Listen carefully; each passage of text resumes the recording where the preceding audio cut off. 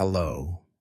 Today, we're going to share with you a darkly ironic story based on real destinies and forgotten pages of the Middle Ages.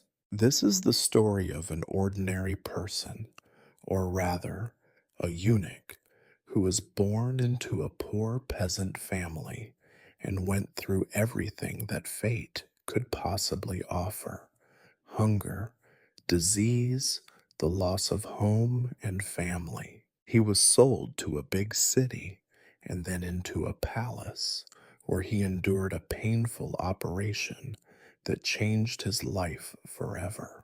But before you get comfortable, please hit the like button, subscribe to the channel, and let me know in the comments which city you're watching from and what time it is there. I'm really curious to see who has joined us today. Now, make yourself comfortable. We're starting. You are born in a room smaller than a merchant's cart, with a roof that leaks every time it rains, which is almost always. The walls are made of rough, splintering wood. The gaps between the boards let in the wind, the mud, and every mouse with a sense of adventure. There are no paintings, no colorful tapestries, not even a crude wooden icon. There is only a stale stink of sweat and the faint promise of something rotting under the floor. Your mother is screaming. You are not the first to make her scream, and you will not be the last. Her screams are accompanied by the low grunts of women who have seen too many births and already know that half of what comes into this world leaves it just as quickly. The midwife is a figure who appears only when there is blood. She smells of onions and garlic and wears a greasy rag on her head. She has hands like old roots. When you are finally hauled out, slick with everything that means birth and survival in this century, she squints at you with resigned indifference. She cuts your cord with a blade so blunt it is more insult than tool. There is no celebration. You are not the heir to a throne, nor the long awaited miracle child. You are a mouth to feed in a place where food is never enough. Your first cradle is a tangle of straw that still bears stains from last winter's fever. The air is cold and heavy with smoke from a fire that never burns bright enough. Every cough, every snore, every whimper in the night is a reminder that life here is always close to ending. The one window is stuffed with rags and sheep wool. Light is a rare visitor. Your father is away, as usual. Some say he is mending fences. Others say he is working off a debt to the miller, whose hands are as quick with a ledger as they are with a club. You do not know him, nor does he know you. Fathers are distant objects, like the moon. Sometimes you hear stories about them. Most of the time, you do not. You share your space with your siblings, 3, 4, or perhaps 5, though you lose track because there is always one missing when you wake up, and sometimes a new one arrives. Your mother speaks little. She moves with a slow, heavy resignation, like a cow on its last season. Her love is practical. She pulls lice from your hair, slaps your hands when you touch something filthy, and shoves food into your mouth with the mechanical patience of someone who expects to do it all again the next hour. Food is an ongoing disappointment. You eat gruel. Sometimes the gruel is gray, sometimes green, depending on what fell into the pot. Once you find a beetle in your bowl. You try to hide it under the rim, but your mother sees and hits you gently on the ear as if to say, nothing goes to waste. Bread is rare, and when it appears, it is so hard you could chip a tooth on it. Milk is reserved for the infants and the sick, and you are neither. You are always cold. In winter, the wind finds every hole in your clothes, every gap in the walls, and settles in your bones like an old grudge. Your feet are never truly dry. In summer, the flies breed in the muck by the door, and you learn to swat them away with whatever you can find, usually your own hand. The village itself is small and unremarkable. If you drew a map of the world, it would be a smear of mud with a few huts and a broken well. No one here can write, except perhaps the priest, and he keeps his knowledge to himself like a miser hoarding coins. The other villagers are pale, thin, and mostly silent. They move from dawn to dusk like ghosts waiting for a reason to stop. The days are measured not by clocks, but by chores. Fetching water, mending nets, gathering dung, and avoiding the Lord's men when they come looking for taxes.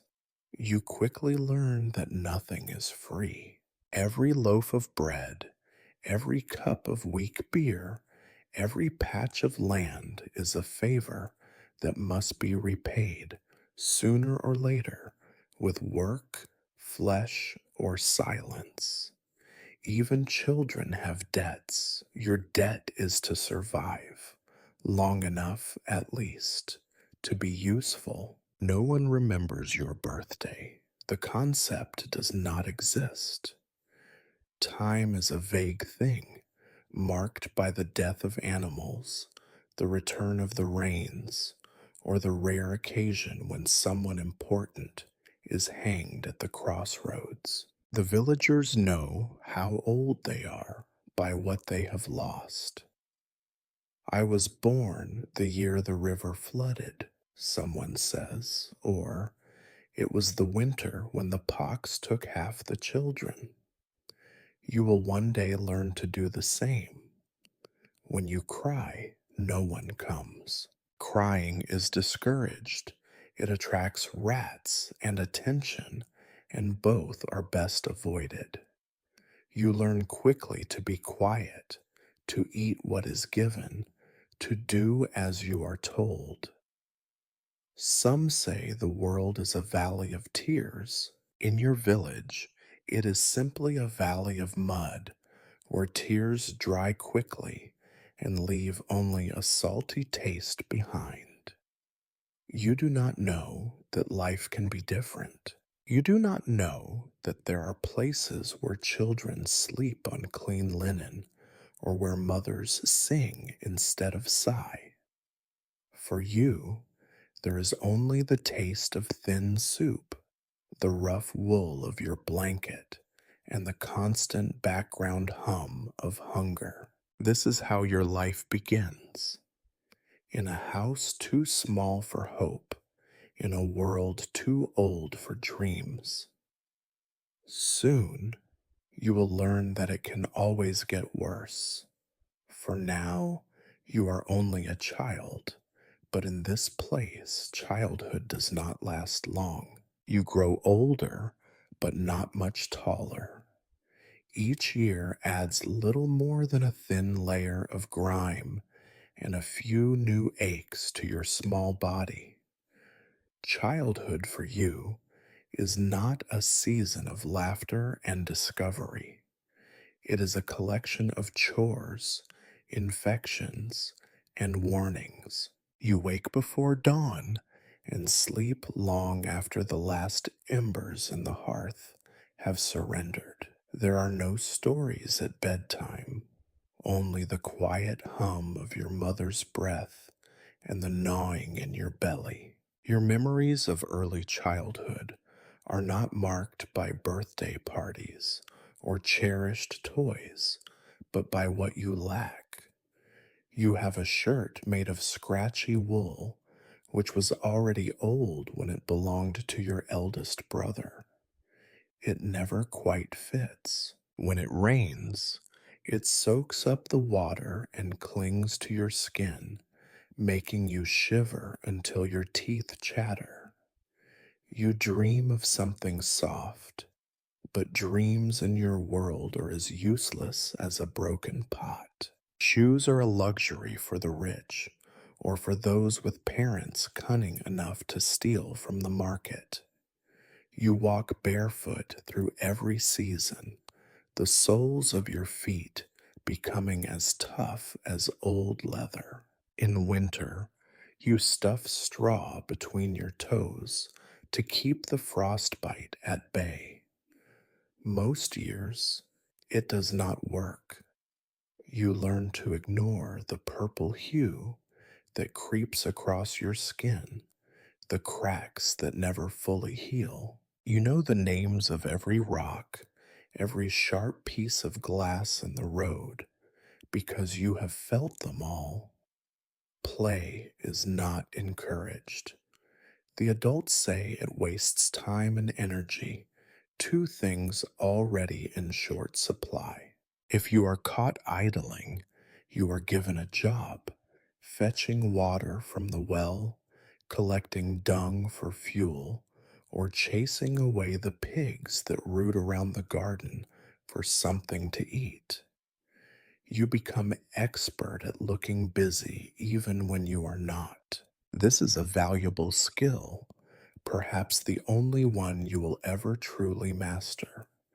You are surrounded by siblings. They are not companions so much as competitors. The oldest fights for the largest portion of food, the youngest for the most attention. You hover somewhere in the middle, forgotten unless you are in the way. Sometimes you wonder if your parents even remember your name. They love you in the way that exhausted people love, with gruff orders and the occasional slap, a kind of affection that never quite softens the edges of life. Food is the main topic of conversation, the central obsession of every day. The porridge is always thin, the bread always stale, and the vegetables always unripe or half rotten. Meat is rare. You remember dimly the taste of a single strip of bacon chewed carefully on a feast day. The flavor is more dream than memory now. Usually, your meals are a test of endurance, not enjoyment. You learn to eat quickly before anyone else can snatch your share. Once, when you steal an extra turnip, you are whipped with a birch branch. The lesson is simple. Hunger is a constant, but theft is a luxury reserved for the powerful. Sickness is the other constant. You know the sound of a cough turning into something worse, the thick rattle in the chest, the fever that leaves people delirious, the silence that follows. When you are ill, you are wrapped in old rags and given a foul smelling potion brewed from whatever the local wise woman could find in the woods. Sometimes it helps.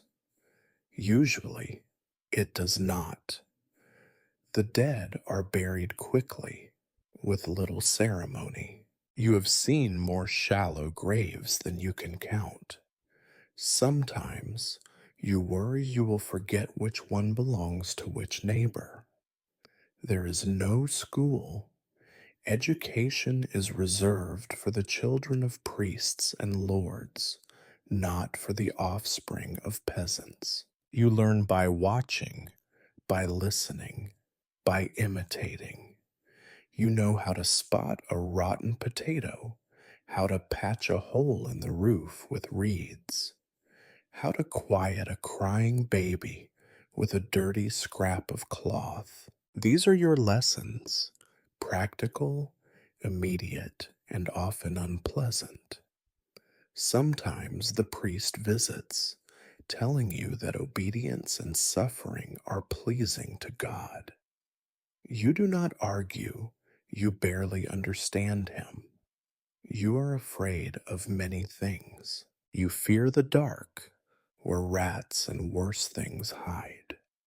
You fear the river when it swells after the rain, threatening to swallow your house and all your meager belongings. You fear the soldiers who occasionally ride through, taking whatever they wish and leaving only bruises behind.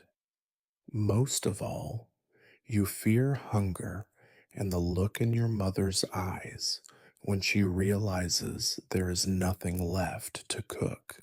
Despite all this, life goes on. Days blur into weeks, and weeks into months. You mark the passage of time not by festivals, but by losses.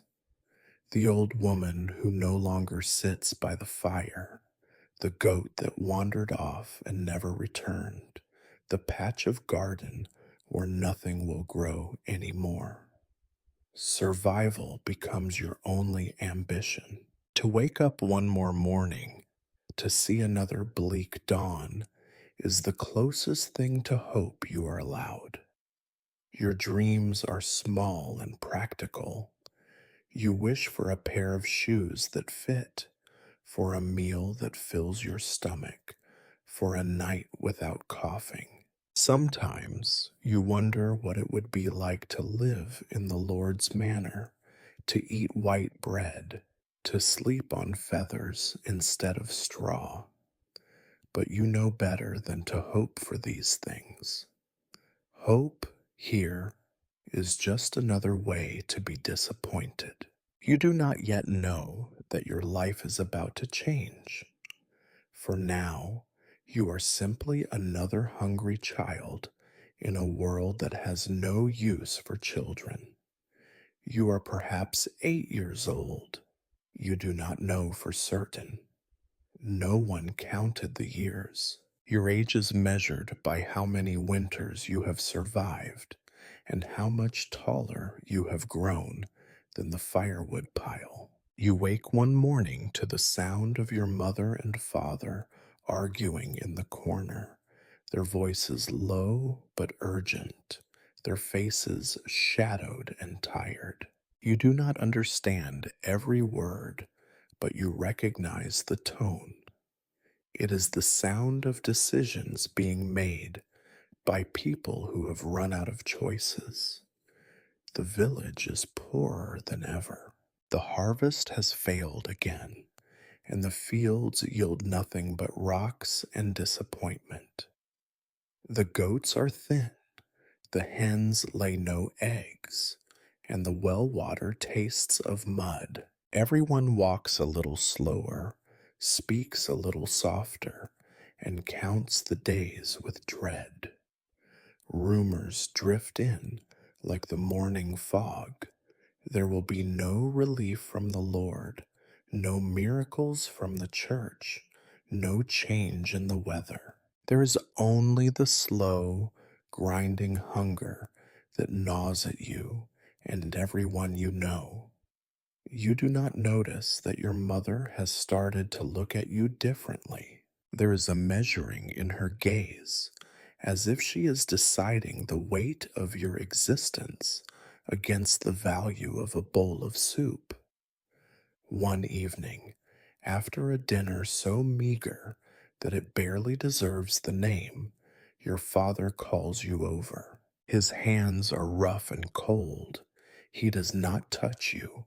He just tells you to be strong, to obey, and not to shame the family. You do not understand, but you nod, because obedience is the only language you have ever spoken. The next morning, a stranger arrives at your door. He is not like anyone you have seen before. He wears real boots and a cloak, and his hands are clean. He talks to your parents in words you do not know, his voice low and smooth, like oil on water. You watch from the shadows, trying not to be seen. Your mother looks away. Your father stands very still, as if trying to make himself invisible. There is an exchange, a few coins, the weight of your future, a deal struck without your consent. You do not cry. You are not allowed to cry. Your mother gives you a bundle, a crust of bread, a ragged shirt, and nothing more. She hugs you briefly, then pushes you toward the stranger. He takes your hand with a firm grip, not unkind, but not gentle either. You are led away from your home, away from the muddy yard where you once played, away from the faces you have known all your life. The walk is long. The stranger does not speak much. When he does, it is to tell you to hurry up or to keep quiet. The road is unfamiliar.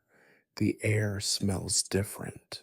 You pass other villages, other children, but no one meets your eyes. At night, you sleep in a barn, curled up like a dog in the straw, shivering from fear more than cold.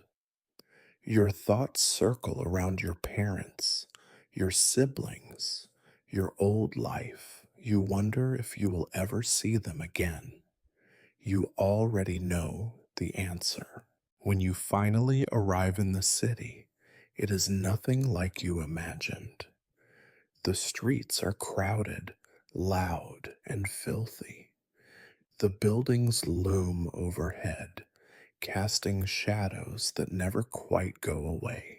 The smells, smoke, sewage, sweat, rotting meat, mingle into something thick and inescapable.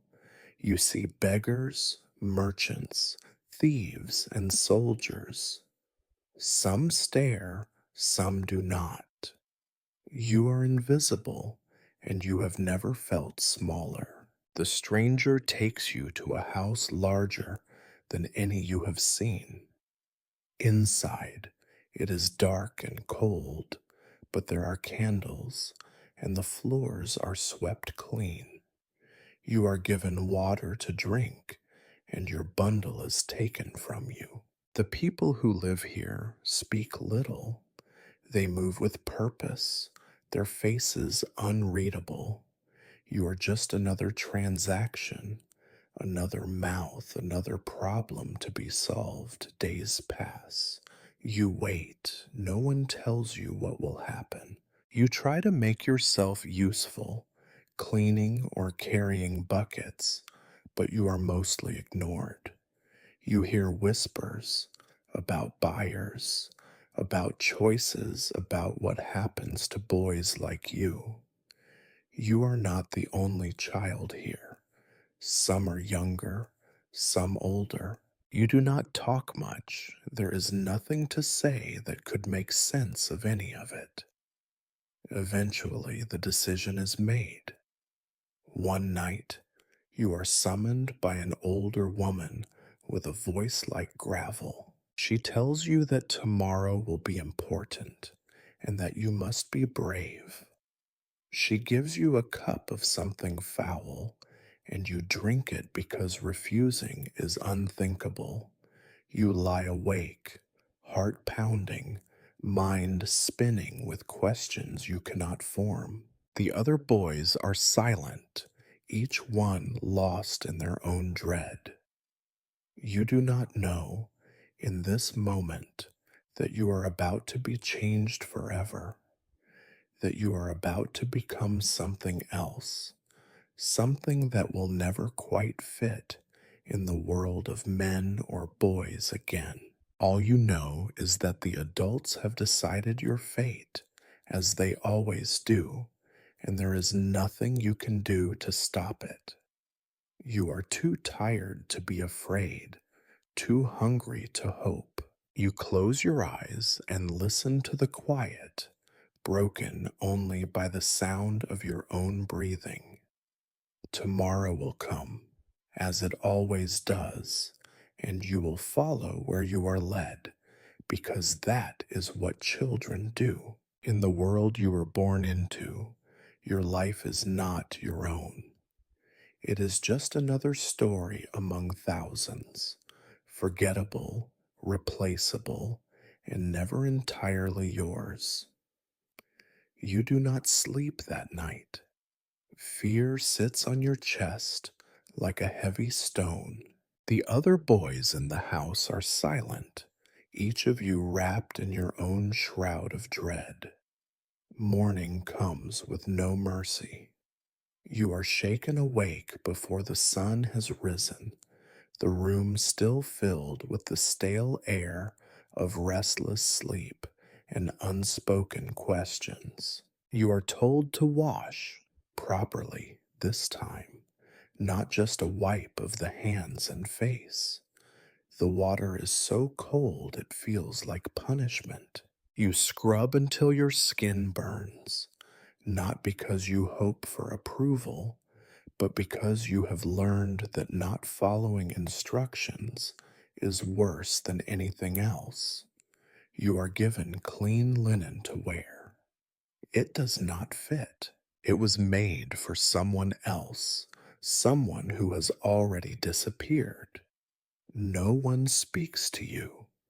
The women who supervise you do not look at your face. There is a terrible ceremony in the silence, a sense that everyone knows what comes next, but no one will say it aloud. At dawn, you are led to a chamber at the back of the house, a room that smells of wine, herbs, and something sharp and metallic. A man waits there. He is neither young nor old, and he does not introduce himself. He has the manner of someone performing a duty, not a crime. He wears an apron stained with old blood. You notice that his hands are steady, but his eyes do not meet yours. You are placed on a rough table. You are told to lie still, to be brave, to think of something pleasant. You try to remember the way the fields looked at sunset, or the sound of your mother humming to herself while making bread, but these memories float away as the reality of the room settles around you. The women hold your arms and legs. Their grips are gentle but firm as iron. There is no explanation. No one tells you why this is happening. You know only that you must obey, because to resist would be unthinkable.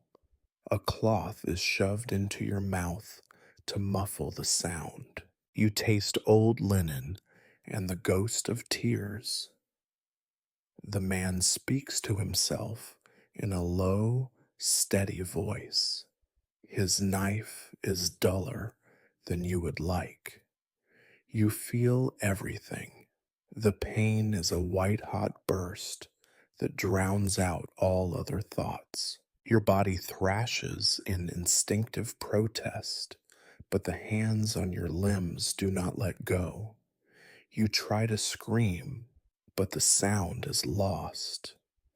The world becomes a blur of agony, fear, and the metallic scent of your own blood. You feel as if you are being torn in two, split apart by forces beyond your understanding.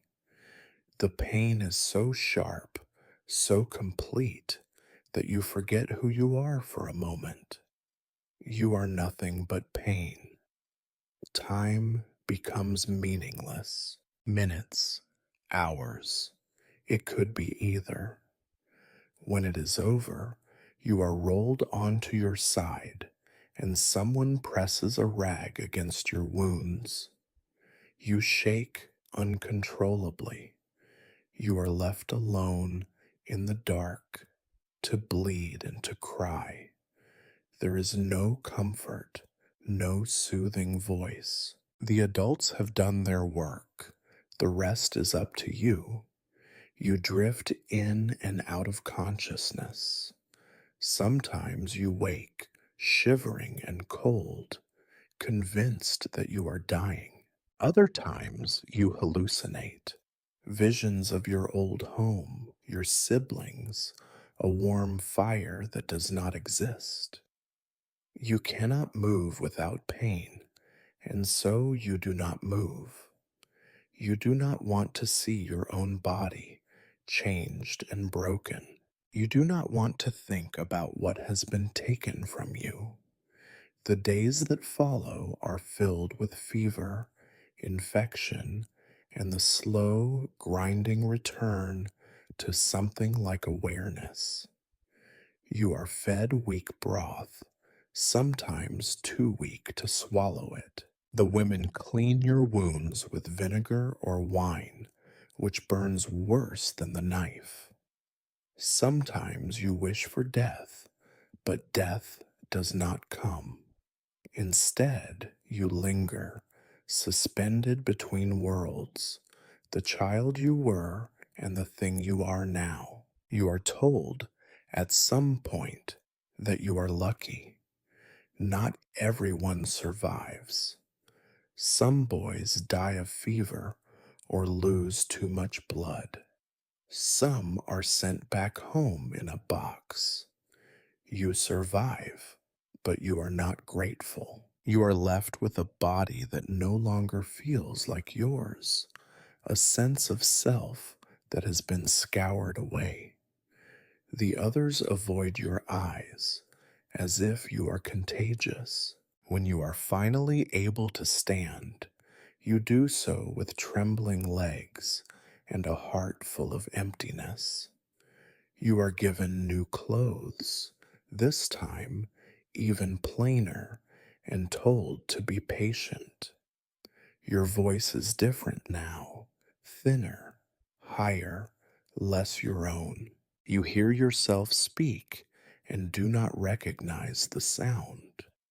You move like a ghost through the house, learning to anticipate pain, to hide your discomfort, to disappear when adults approach.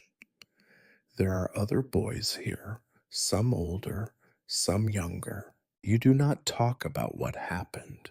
There is nothing to say. You are united by silence and by a shared knowledge that you are now something else, less than boys, not quite men. You are marked forever, a reminder of the power adults have over your body and your fate. The weeks turn into months. The pain dulls, but never quite leaves. You find new ways to move, new ways to hug the awkwardness of your changed body. You are told that soon you will go to the palace, that you will serve in a place of wealth and power. The adults speak of this as a reward, but you do not feel rewarded. You feel like a tool, sharpened for a purpose you do not understand. You lie awake at night, listening to the sounds of the house, the soft footfalls of the women, the low murmurs of the other boys, the distant barking of dogs in the street. You think about home, about your mother's face, about the old cold hearth where you once felt safe. That life is gone. You are something else now, remade by pain and by the decisions of others. You survive. That is what you do. In your world, Survival is the closest thing to triumph. You learn to live with the loss, to bury your grief under layers of obedience and silence. You do not know what comes next. You do not know what you will become. For now, you wait and you endure because that is all that is left to you. You have survived the ritual, but it does not feel like survival. The world becomes a series of indistinct moments, most of them spent on your back, staring at a ceiling so dull that you begin to memorize each crack and stain. The pain comes in waves, sometimes sharp enough to bring you close to screaming, other times dull and relentless, like a stone tied to your body that you will drag for the rest of your days. You are too weak to cry, too numb to protest. There is only the slow, grinding work of not dying. You are rarely alone, but you have never felt more isolated. The women who tend to you move with weary efficiency, cleaning wounds, changing soiled rags, tipping thin broth between your cracked lips.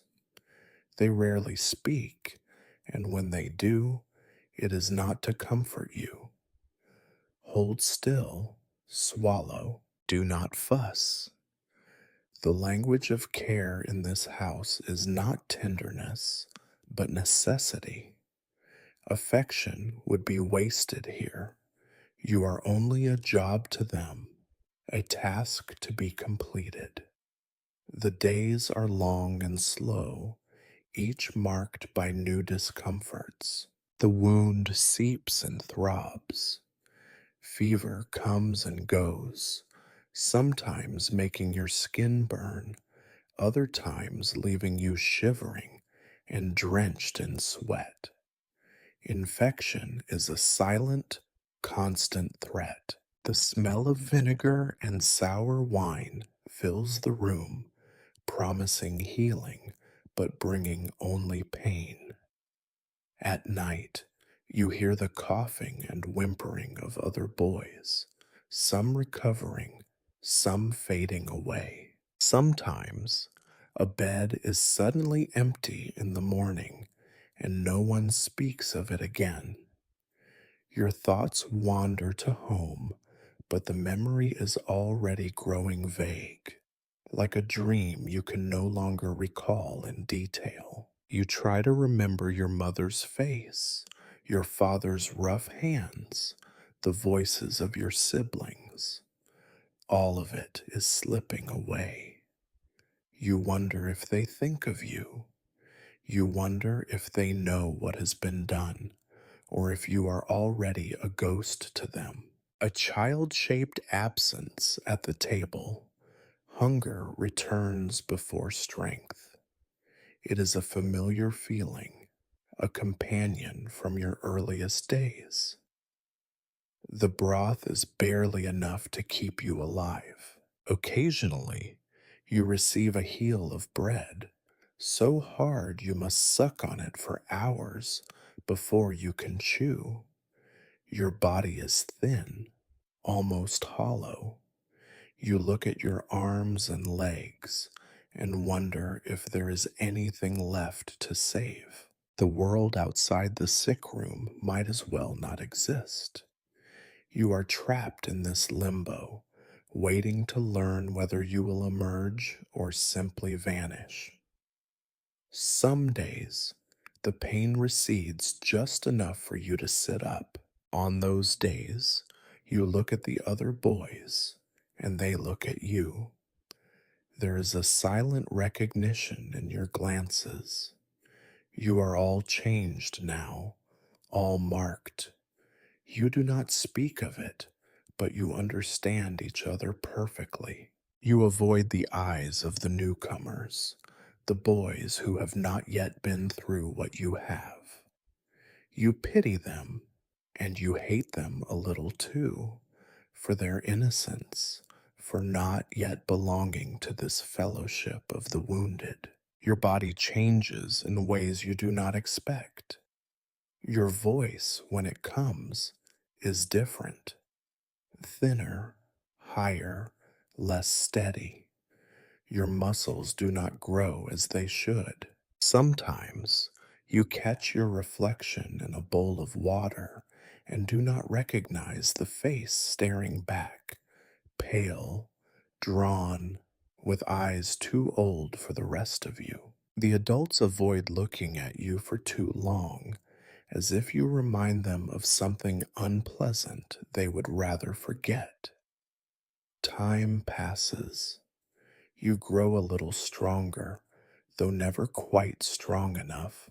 You practice walking again, slow and shuffling at first, your legs trembling beneath you. The other boys help you sometimes, though no one says much. There is a camaraderie in your silence, a bond forged by pain and necessity. Together, you begin to anticipate what comes next. You have heard the word palace, the city's great house with its marble floors and golden lamps. You have heard it spoken in the same tone as heaven and prison. You are told that you are fortunate.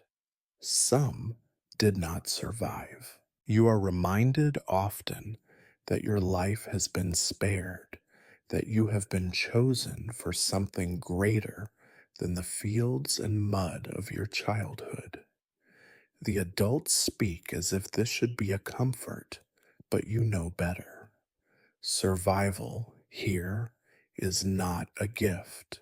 It is a sentence. You are taught to keep clean, to keep silent, to obey without hesitation.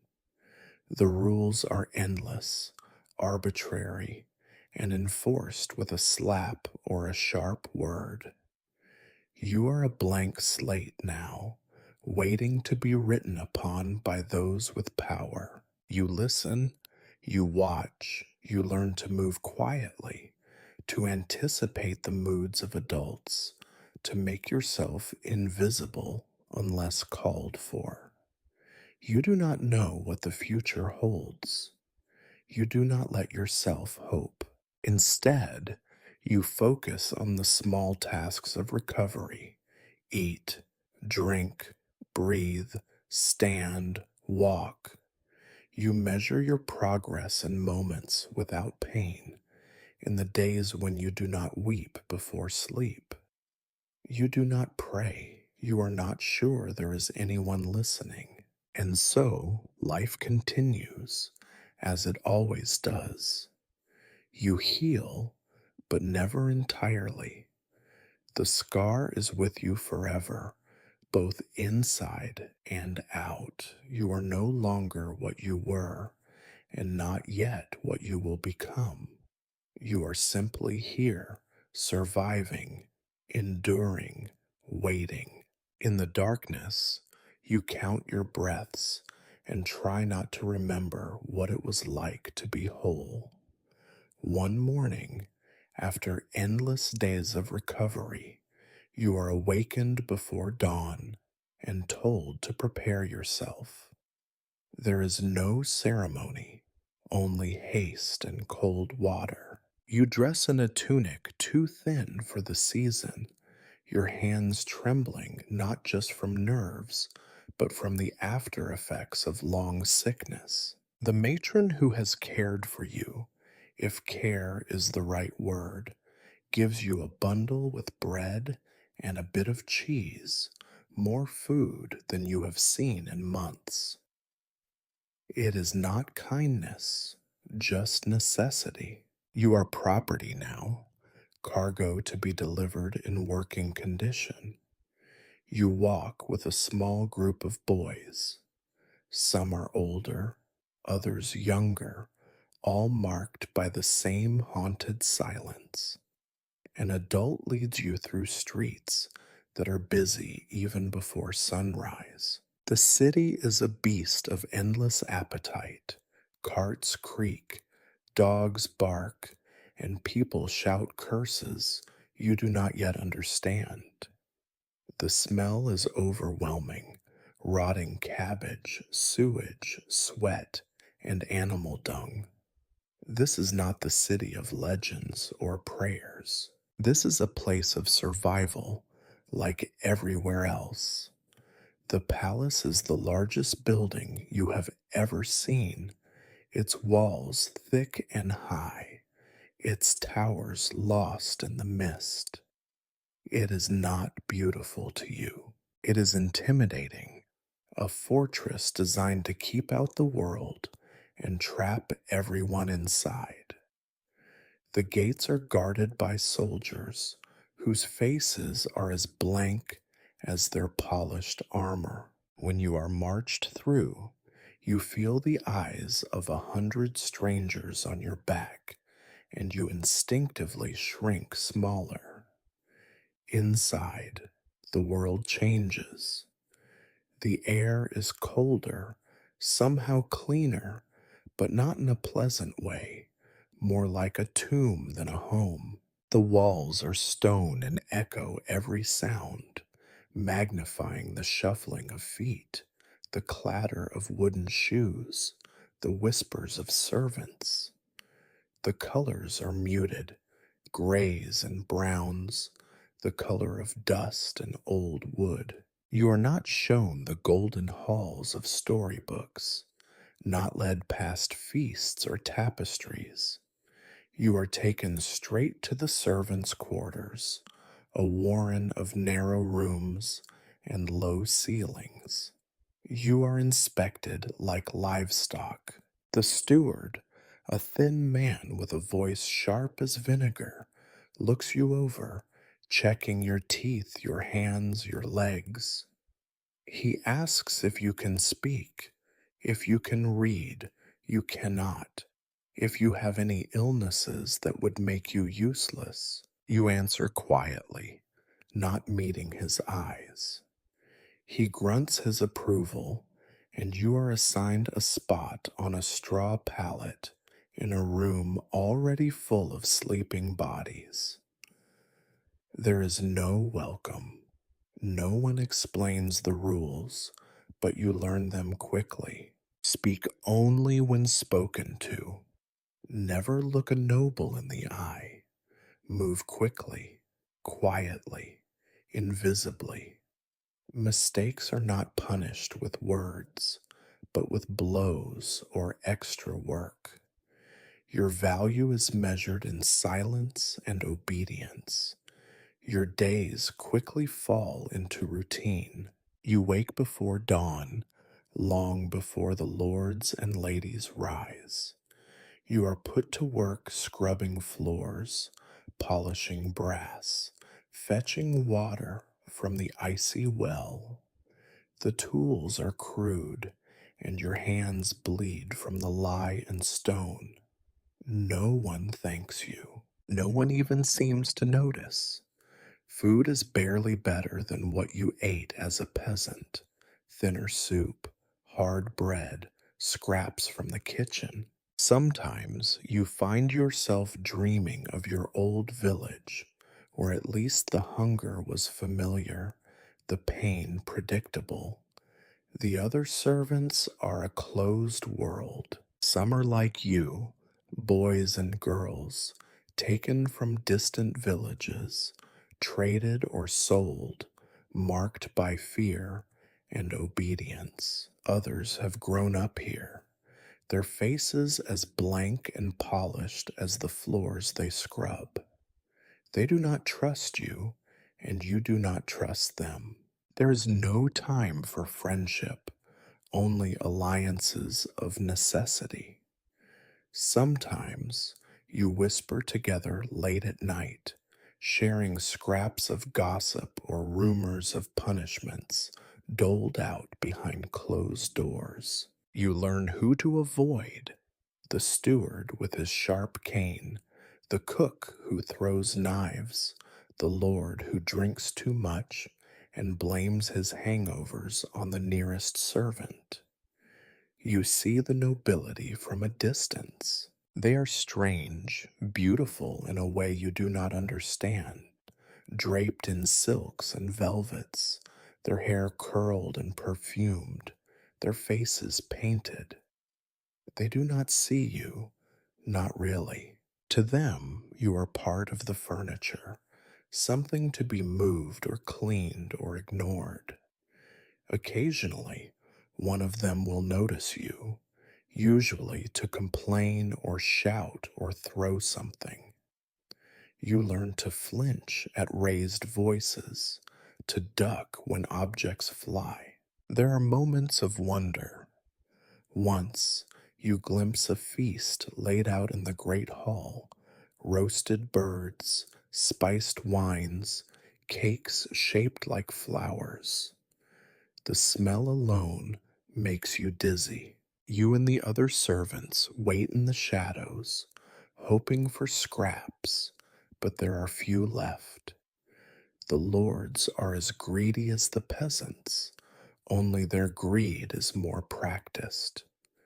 The palace is not a place of safety. Intrigue is everywhere, a constant whisper at the edge of hearing. You learn to keep secrets, to never repeat what you hear.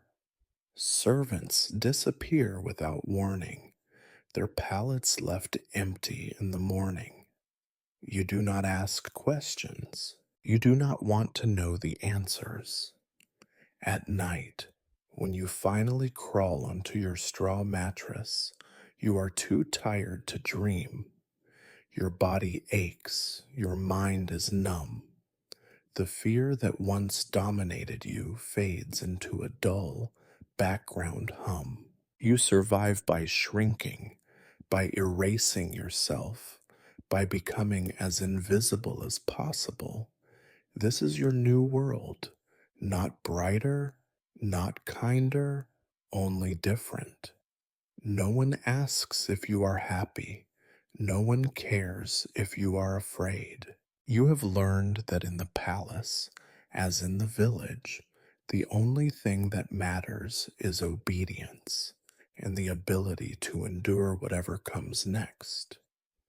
You learn the palace not by instruction, but by trial, by error, and by bruises. There are rules, but they are not written anywhere you can read. You understand them only by seeing what happens to those who break them. Sometimes the lesson is a slap or a kick. Sometimes it is days without food, or a job so foul and punishing that you cannot imagine surviving it twice. The worst punishment is the kind no one talks about, the sudden, silent disappearance of a servant whose only mistake was to be noticed at the wrong moment. You become an expert in invisibility. You move through corridors with your head down, hands folded, eyes never straying from the floor. If a lord or lady passes, you press yourself to the wall, making yourself as small and unremarkable as possible. You do not speak unless spoken to, and even then, you answer only what is asked, and nothing more. The noblemen do not expect wit from you. They do not expect anything except immediate, silent compliance. A senior servant, an ancient woman with knotted hands and an expression of permanent displeasure, is assigned to teach you etiquette. Her lessons are delivered in a whisper, but her cane speaks louder than her voice. Never stand with your feet apart. Do not stare. If you drop something, pick it up and apologize. If you are given an order, repeat it back to prove you have listened. Do not argue. Do not hesitate. Never, ever correct a noble. Each rule is simple in theory, but difficult in practice, especially when your mind is numb from exhaustion. You are made to watch the older boys, those who have survived a year or two without being sent away or thrown in the cellar. You see how they never show surprise, never betray a thought or feeling. They move smoothly like shadows, never drawing attention. If a lord shouts at them, they listen with a mask of perfect submission. If they are hit, they do not cry. If they are accused of some mistake they did not make, they apologize and bow lower. Sometimes a lord will find amusement in you. He will call you over and ask questions you do not understand, laughing at your confusion or discomfort. You learn that laughter from a noble is as dangerous as anger. You must join in, if only with a nervous smile, or else risk being called sullen. Sullen servants are not long for this place. At meals, your job is to stand against the wall and wait. The lords eat first, then the stewards, then the kitchen staff, then, if anything remains, you. You are not permitted to look at the food or show hunger. You are told that your thoughts are written on your face. You learn to wipe your face clean, to empty your eyes of everything but obedience. You are also taught how to clean, to scrub, to polish. Every surface must shine, or you will be made to redo the task until your knuckles bleed. You sweep endless corridors, dust tapestries you are forbidden to touch, fetch water in buckets that seem heavier each day. If you are lucky, you are given a small, private job, tending the coals in a noble's private chamber, folding linens, or running errands within the palace walls. If you are unlucky, you are assigned to the latrines or the refuse pits. Luck is the only reward for good behavior. Punishment is the only certainty for mistakes. Your body changes to fit the palace. You walk lightly, your footsteps always measured. You keep your hands tucked behind your back when waiting, never fidgeting. You learn not to sigh, not to cough, not to sneeze. You listen always. You notice the tones in voices, the warning edge before an outburst, the tiredness that means a lord might lash out for no reason. You learn to vanish before that happens. You are told again that you are fortunate. You are reminded that there are many boys who did not survive the operation, many peasants who would trade places with you for a single crust of bread. You do not feel fortunate. You feel suspended, trapped in a world where the only real choice is how well you can erase yourself. The lessons of the palace are simple. Be silent, be useful, be gone when you are not needed. You witness punishments. A girl who spilled wine is whipped until she collapses. A boy who answered back is locked in a closet for 3 days without food. Another, accused of stealing, is thrown out in the night, never to return. These examples are meant to teach you, and they do. They teach you fear, which is more constant than hunger now. You begin to understand why the oldest servants have such hollow eyes. Sometimes you glimpse a different life, a page who laughs with a lord, a maid who is allowed to eat warm bread in the kitchen. But these are not for you. You are marked always by what was done to you, by the absence in your body and the absence in your future. You have heard the word eunuch whispered by the older servants. You do not yet know what it means, but you know that you are different, that there is something about you that will always set you apart, no matter how perfectly you learn to serve. There are rare moments of quiet when the palace sleeps and you are left alone in a cold hallway or empty kitchen. You do not dare to rest, but you breathe in the silence, thus wishing it could last.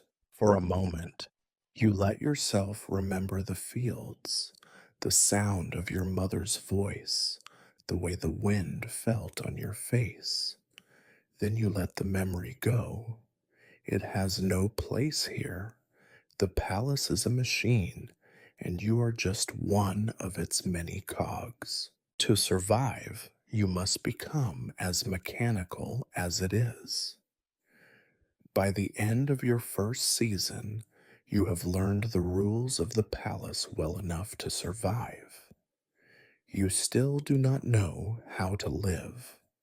You have become nearly invisible. It is the only defense you have left, the only thing that keeps you from the worst of the palace's punishments.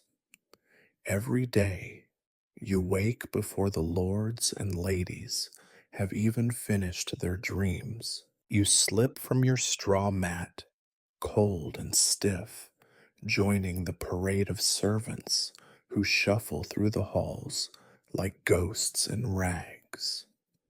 The palace is always awake, even in the deepest night. There are always things to clean, fires to stoke, messes to erase before anyone important can notice them. But you are never truly safe.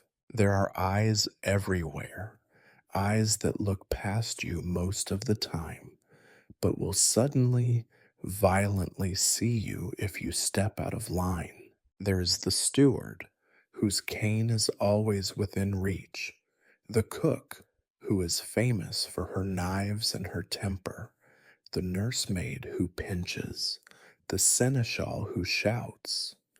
Worse still are the noblemen, whose anger is as unpredictable as a summer storm. They do not see you as human. To them, you are a moving object, useful only when needed, and otherwise an annoyance or a threat. You learn the art of anticipation. If you see a wrinkle in a noble's brow, you vanish before the anger can be directed at you. If you hear voices rising at the high table, you make yourself scarce.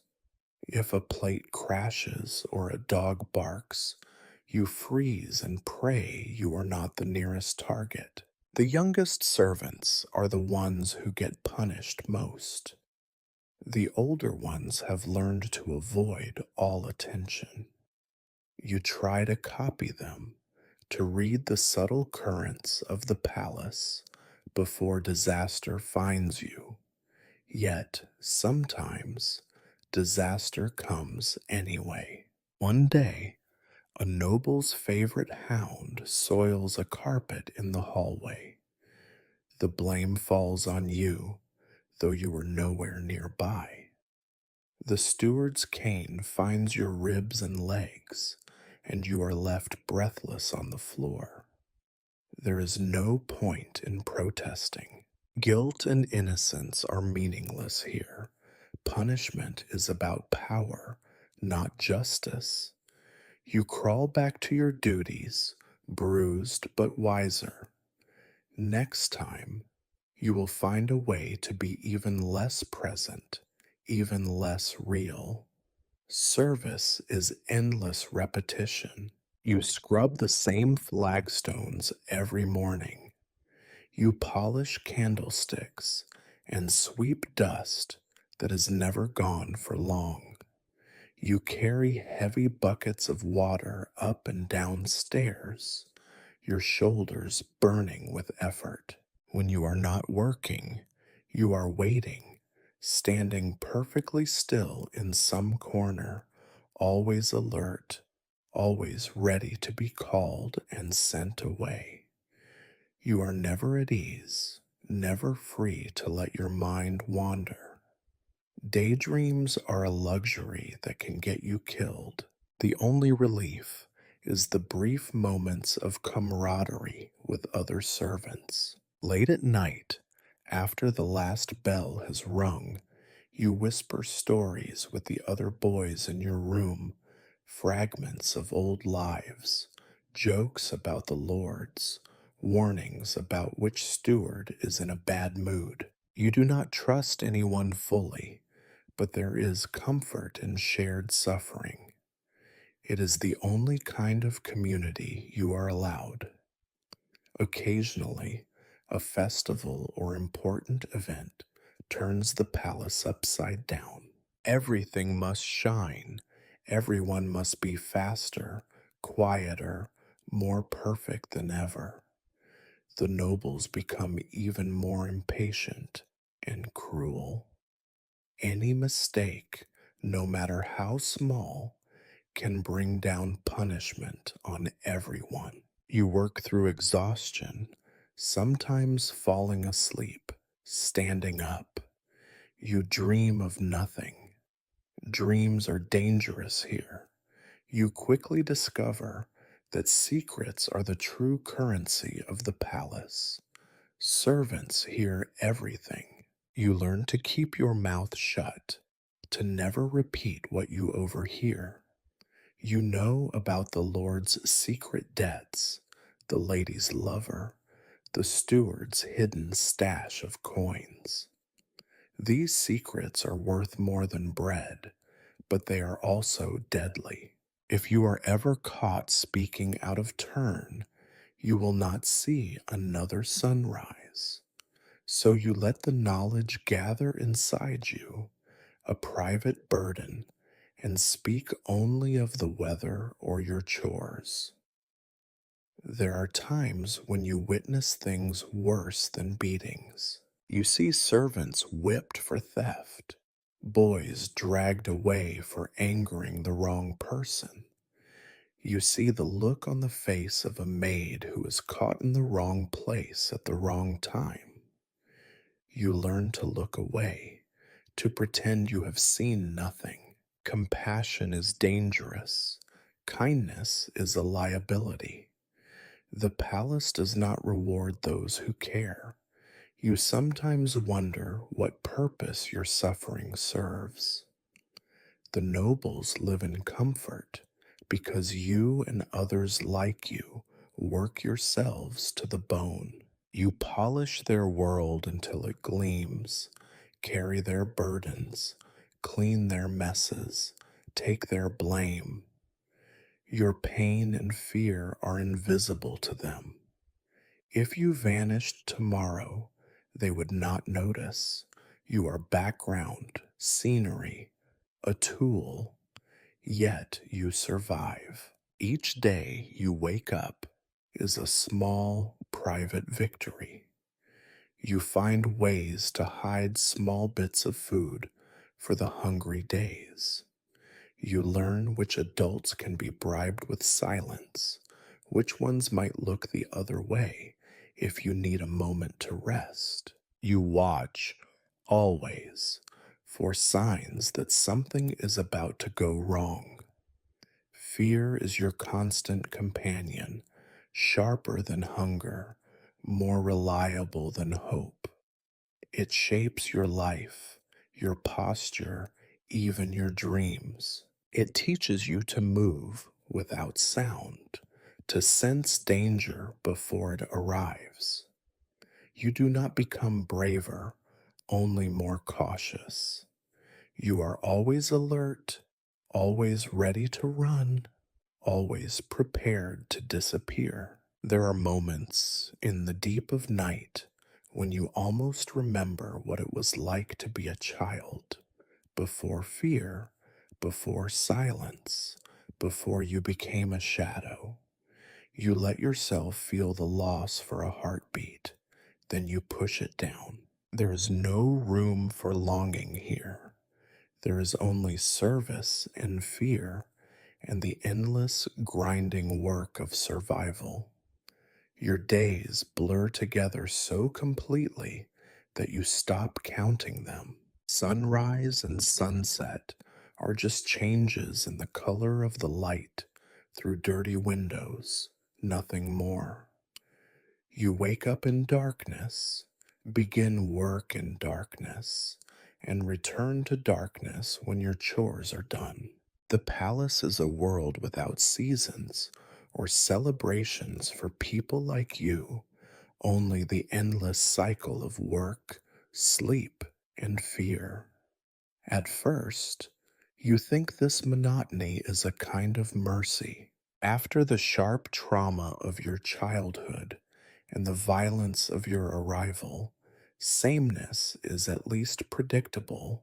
You can rely on it, like the slow dripping of water from a cracked roof. But soon you realize that this predictability is its own kind of torture. It flattens you, empties you. Each day is a perfect copy of the last, your existence worn down like a stone in a river. You learn to move through the palace like a ghost. The halls are never truly empty, but you become so practiced at slipping from room to room that sometimes you catch glimpses of your own reflection and are startled to see yourself still here. You rarely speak. When you do, it is only in response to a direct order. Your voice grows thin and reedy from disuse. There are days when you go hours without a single word. You polish and sweep and scrub and fetch. These tasks fill your body but leave your mind empty. While your hands are busy, your thoughts wander aimlessly. You try to remember the faces of your family, but they grow fainter each time you call them up. Their voices are just noises now, smothered under the weight of other, more pressing fears. Sometimes you imagine what it would be like to leave, to run away and disappear into the woods or the city streets. But you know this is just a story, a trick your mind plays to pass the time. You are trapped, and you know it. Every day is a study in being unseen. You walk with your shoulders rounded, your head lowered, your steps soft. When a noble enters a room, you melt into the shadows, your heart thumping with old, automatic fear. You have perfected the art of making yourself not only small, but forgettable. If anyone in power remembers you for more than a moment, it is rarely for a good reason. There is no privacy, not really. You sleep in a room packed with other servants, your meager possessions hidden under your straw mat. Even your thoughts feel like they are being watched. You never know who is listening, who might repeat an idle word or a sigh to someone with the power to hurt you. You grow cautious with your feelings, locking them deep inside. It is safer not to care. The monotony is broken only by minor disasters. A vase is dropped. A noble's dog bites a servant. A window breaks in the wind.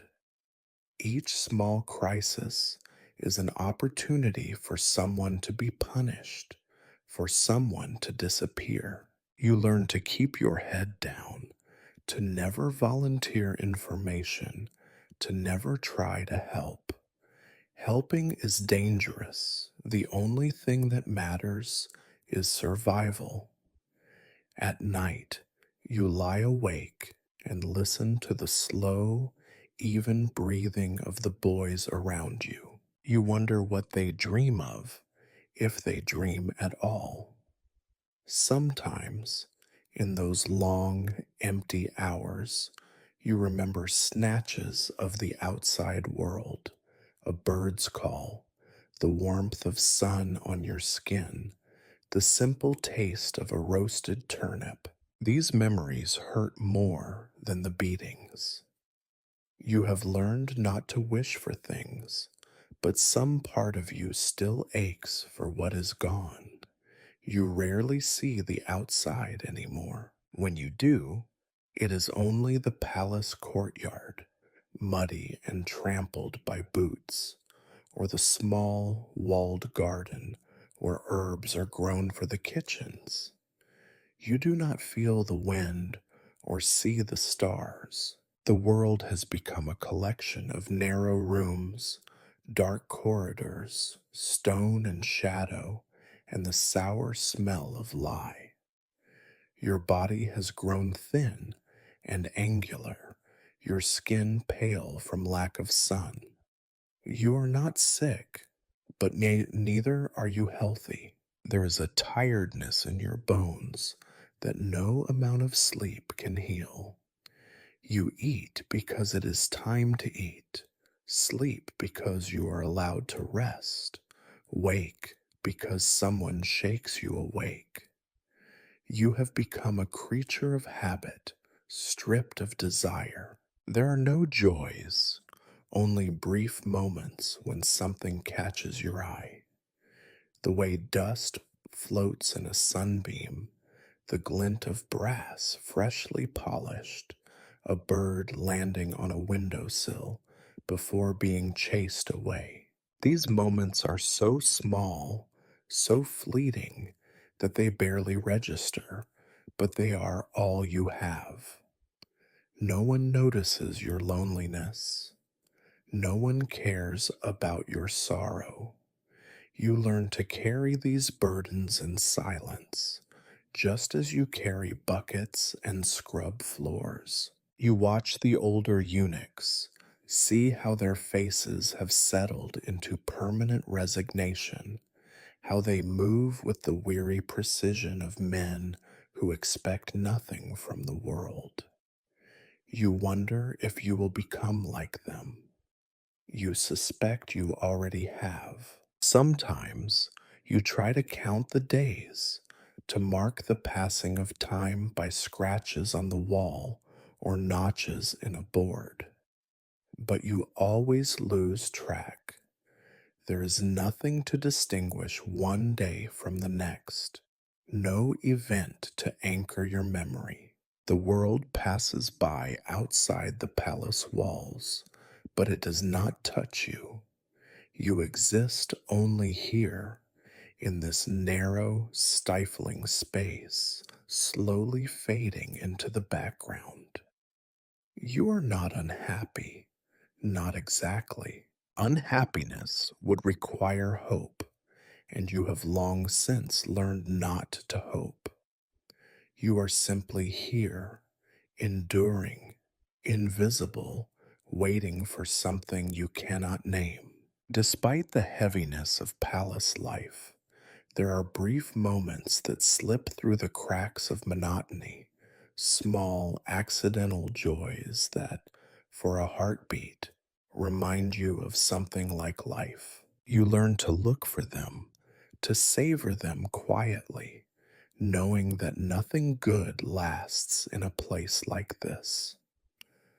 Your first joy is not grand or even intentional. It is simply the sound of music drifting from the Lord's hall on a feast day. You are standing in a shadowed corner, waiting for a signal to fetch more wine or sweep up crumbs. Suddenly, a musician plucks a string, and the melody curls through the air like sunlight. It is light and sweet, and for a moment, the room changes. You see faces smiling, feet tapping under the table, the stiffness of ceremony easing just a little. The song ends quickly, but you hold on to the memory. Later, as you scrub the floors, you hum the tune to yourself. The melody becomes your secret companion, a shield against the emptiness. Occasionally, your duties take you near the palace kitchens. On rare, lucky mornings, a cook in a generous mood will hand you a scrap, a heel of warm bread, a sliver of roasted meat, the rind from a yellow cheese. These are treasures. You eat quickly, always glancing over your shoulder, because jealousy among servants can be as dangerous as noble wrath.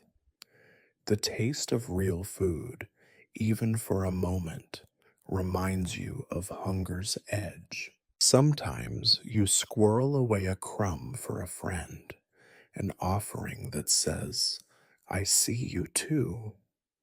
In the palace, that is as close to kindness as you dare.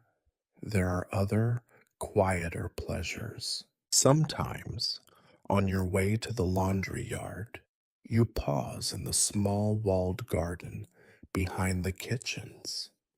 There, a single pear tree leans crookedly over a bench. In spring, the tree is a shock of white blossoms, petals falling like snow. You have seen the head gardener pluck one, hold it up to the sun, and smile. You too pick up a fallen blossom now and then, tucking it behind your ear until a gust of wind steals it away. You tell no one. It is a secret softness you keep for yourself. Every so often, a merchant comes to the bringing bright cloth, glass beads, or jars of spice. You are not allowed to touch, but you watch from the doorway as the lords and ladies choose. The colors dazzle your eyes after so many months of brown and gray. Once, a blue ribbon slips from a lady's hand and lands near your feet. You hide it in your sleeve, and later, when no one is watching, you run the cool silk between your fingers, letting your mind drift to places you have never seen, places where people might wear blue every day. The change of seasons brings other moments. When it rains, and you are sent to close a window or fetch water, you pause for one stolen second, feeling cold drops on your face. In summer, when the world outside the palace walls blooms green and wild, you catch the scent of cut grass, the distant laughter of townsfolk. It is almost enough to believe in another life, somewhere beyond the gates. The palace is not without its amusements, even if most are cruel. Servants trade jokes and whispers, inventing stories about the lords and ladies. You have heard 100 versions of why the master's wig is always crooked, or how the lady's lapdog supposedly eats finer meat than half the staff. These jokes are not kind, but they keep you sane. Laughter is dangerous. If a noble overhears, punishment is swift and merciless. But in the servants' quarters at night, it is the only warmth you have. Books are forbidden to most of you, but sometimes, by chance, you are sent to clean the study of a minor noble. The room smells of wax and dust. Rows of books line the walls, their spines cracked and gold lettered. You cannot read, but you run your hand over the covers and imagine what secrets they might hold. Tales of far off kingdoms, maps of the world, instructions for making miracles. Once you see an old drawing left open on a table, a knight in armor slaying a dragon. For the rest of the day, you dream of dragons, of slaying them, of being someone powerful for a change. Friendship, such as it exists here, is measured in glances and small gestures. You share a blanket with another boy when the nights are cold. You lend your soap when his is gone. You warn each other when the steward is in a foul mood, when the cook's wine has run out, when the dogs are loose in the halls. These are not the deep bonds of family, but in this place they are what keep you human. But every joy has its cost. A joke is overheard, and you are forced to scrub the steps in the rain until your hands bleed. Someone is caught with a stolen apple, and the rest of you go without supper. A blossom is found in your hair, and you are whipped for stealing from the garden. The palace does not like its servants to have pleasures, even small ones. Still, you learn to hide your happiness, to savor the tiniest pleasures in secret, as if they are contraband. You become a collector of moments, a bird's song at dawn, the shimmer of candlelight on polished brass, the taste of bread warm from the oven. These scraps of beauty are all you have, and you guard them fiercely. In the endless sameness, they are your proof that life is more than suffering, if only for a heartbeat at a time. At night, you gather these fragments to yourself, turning them over and over in your mind as you drift toward uneasy sleep. They do not save you, they do not change your life, but they are yours, and no one can take them from you, at least not while you remember to keep them hidden. Time in the palace wears you down, not with dramatic disasters, but with a grinding, relentless attrition. You are never truly well. The dampness that seeps through the stones in winter clings to your lungs and bones. Your feet, always wet from running errands in the rain, never quite warm up. The straw in your mattress grows moldy and cold. Each breath in the drafty corridors is a small, private test of endurance. Your first real illness is a fever. It comes on slowly, at first just a cough, which you try to stifle so you do not draw attention. Coughing is inconvenient, a sign of weakness, and in the palace, weakness is dangerous. You tell yourself it will pass. You work as usual, carrying buckets, scrubbing floors, fetching firewood for rooms that are always warm for the lords but freezing for the servants. But the cough lingers, and your head begins to ache. Soon, your legs tremble under you. You feel lightheaded, as if you might float away or fall down at any moment. No one wants to be near you. Sickness spreads, and no one wants to catch it.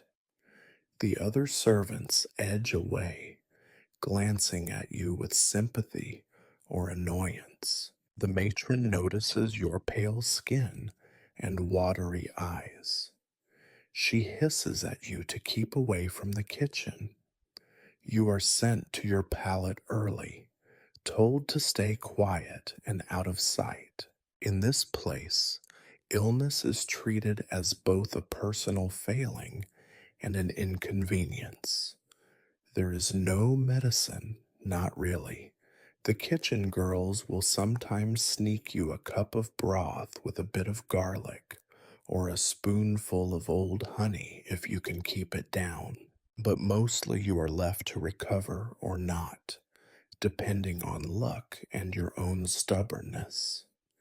Your body burns and chills and turns. You shiver until your teeth rattle, then sweat through your shirt and thin blanket. At night, you toss and turn, half delirious, dreaming of home, of open air, of fields, of sunlight on your face. You begin to notice how illness shapes the lives of all servants, not just your own. There is always someone coughing in the dormitory, someone with a limp or a rash or sores that will not heal. The palace is full of bodies pushed to their limit and then pushed further still. You see older eunuchs with sunken cheeks, their skin yellowed, their movements slow and careful. You see a boy your age who one morning does not wake up, his breath gone quietly in the night. His things are taken away before dawn, his name erased from the roster as if he had never existed at all. Recovery, when it comes, is slow and unsatisfying. Your cough fades, but the weakness lingers. Your hands tremble as you work. You move more slowly, unable to hide the drag in your step. You know that the matron and the steward are watching. They measure every servant by their usefulness, and the sick or weak are always the first to be sent away, sometimes back to the villages, sometimes to places no one ever mentions. Fear becomes your constant companion. The work never stops. If you cannot keep up, you are shouted at, struck, or given the worst jobs. Cleaning chamber pots, shoveling ash from the great hearths, scouring grease from the kitchen walls. These tasks sap what little strength you have left, but you keep your head down and your mouth shut. Complaining is useless. The world is indifferent to your pain. The palace itself seems designed to encourage sickness. The walls are always damp. The kitchens are hot and smoky. The cellars cold and full of rats. There is never enough fresh air. You see lice in the beds, mildew on the walls, rats in the corners at night. Even the water is sometimes cloudy with bits of straw or rust from the pipes. You know that no one cares. The nobles live above the sickness, immune by wealth and distance, but you and the other servants are left to suffer in silence. You begin to notice how the endless toil wears down not just your body, but your mind. You find it harder to focus, your thoughts drifting in and out like smoke. You forget what day it is, sometimes even your own age. You feel yourself shrinking inside, your world growing smaller with each passing week. The smallest disappointment, spilled soup, a snapped shoelace, a harsh word, feels enormous. You have nothing left to shield yourself from these little wounds. There is talk, always whispered, of a better life somewhere else, a merchant's house with softer beds, a monastery with clean air and gentle rules. But you know better. You have seen too much. You know that everywhere is the same for people like you. The world outside these walls is only different in its cruelty, not in its kindness. You are not the only one growing weaker. The other boys, too, grow thin and pale. Some develop a limp, a persistent cough, eyes that never seem to focus. You share your misery in silence, too exhausted to speak of it, too proud to ask for help. Sometimes one of you simply disappears, and everyone else moves their sleeping space a little further away, as if distance could protect them. Your existence shrinks to the basics: breath, food, sleep, survival. You do not think about the future. The future, you have learned, is for other people. You have only the present, a slow, shivering struggle to keep moving, to keep working, to keep drawing breath.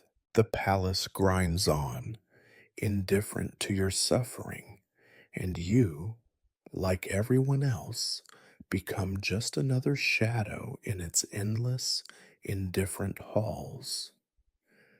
There is no graduation in the palace, no ceremony to mark that you have become trustworthy or skilled. You are simply noticed one day by someone with more power than you.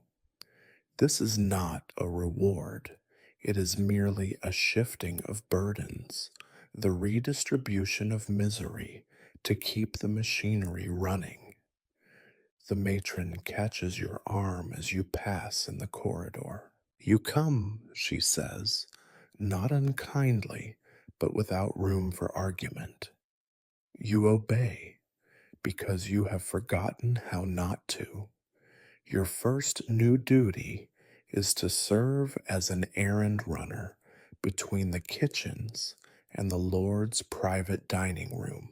It sounds simple, but nothing in the palace is ever simple. The kitchens are a battlefield, hot, loud, reeking of boiling fat and wood smoke.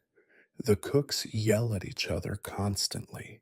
Knives flash, pots rattle. You learn quickly not to cross the head cook, who is famous for hurling cleavers and insults with equal force. She gives you trays heavier than you can easily carry, loaded with dishes so delicate that even a single spilled drop is grounds for a beating.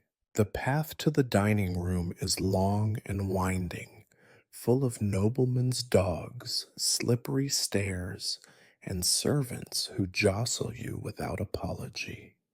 Your hands shake with each trip. You balance porcelain plates on trembling fingers, sweat running down your back, eyes fixed on the floor. Once you trip on a loose stone, sending a bowl of spiced stew crashing to the ground.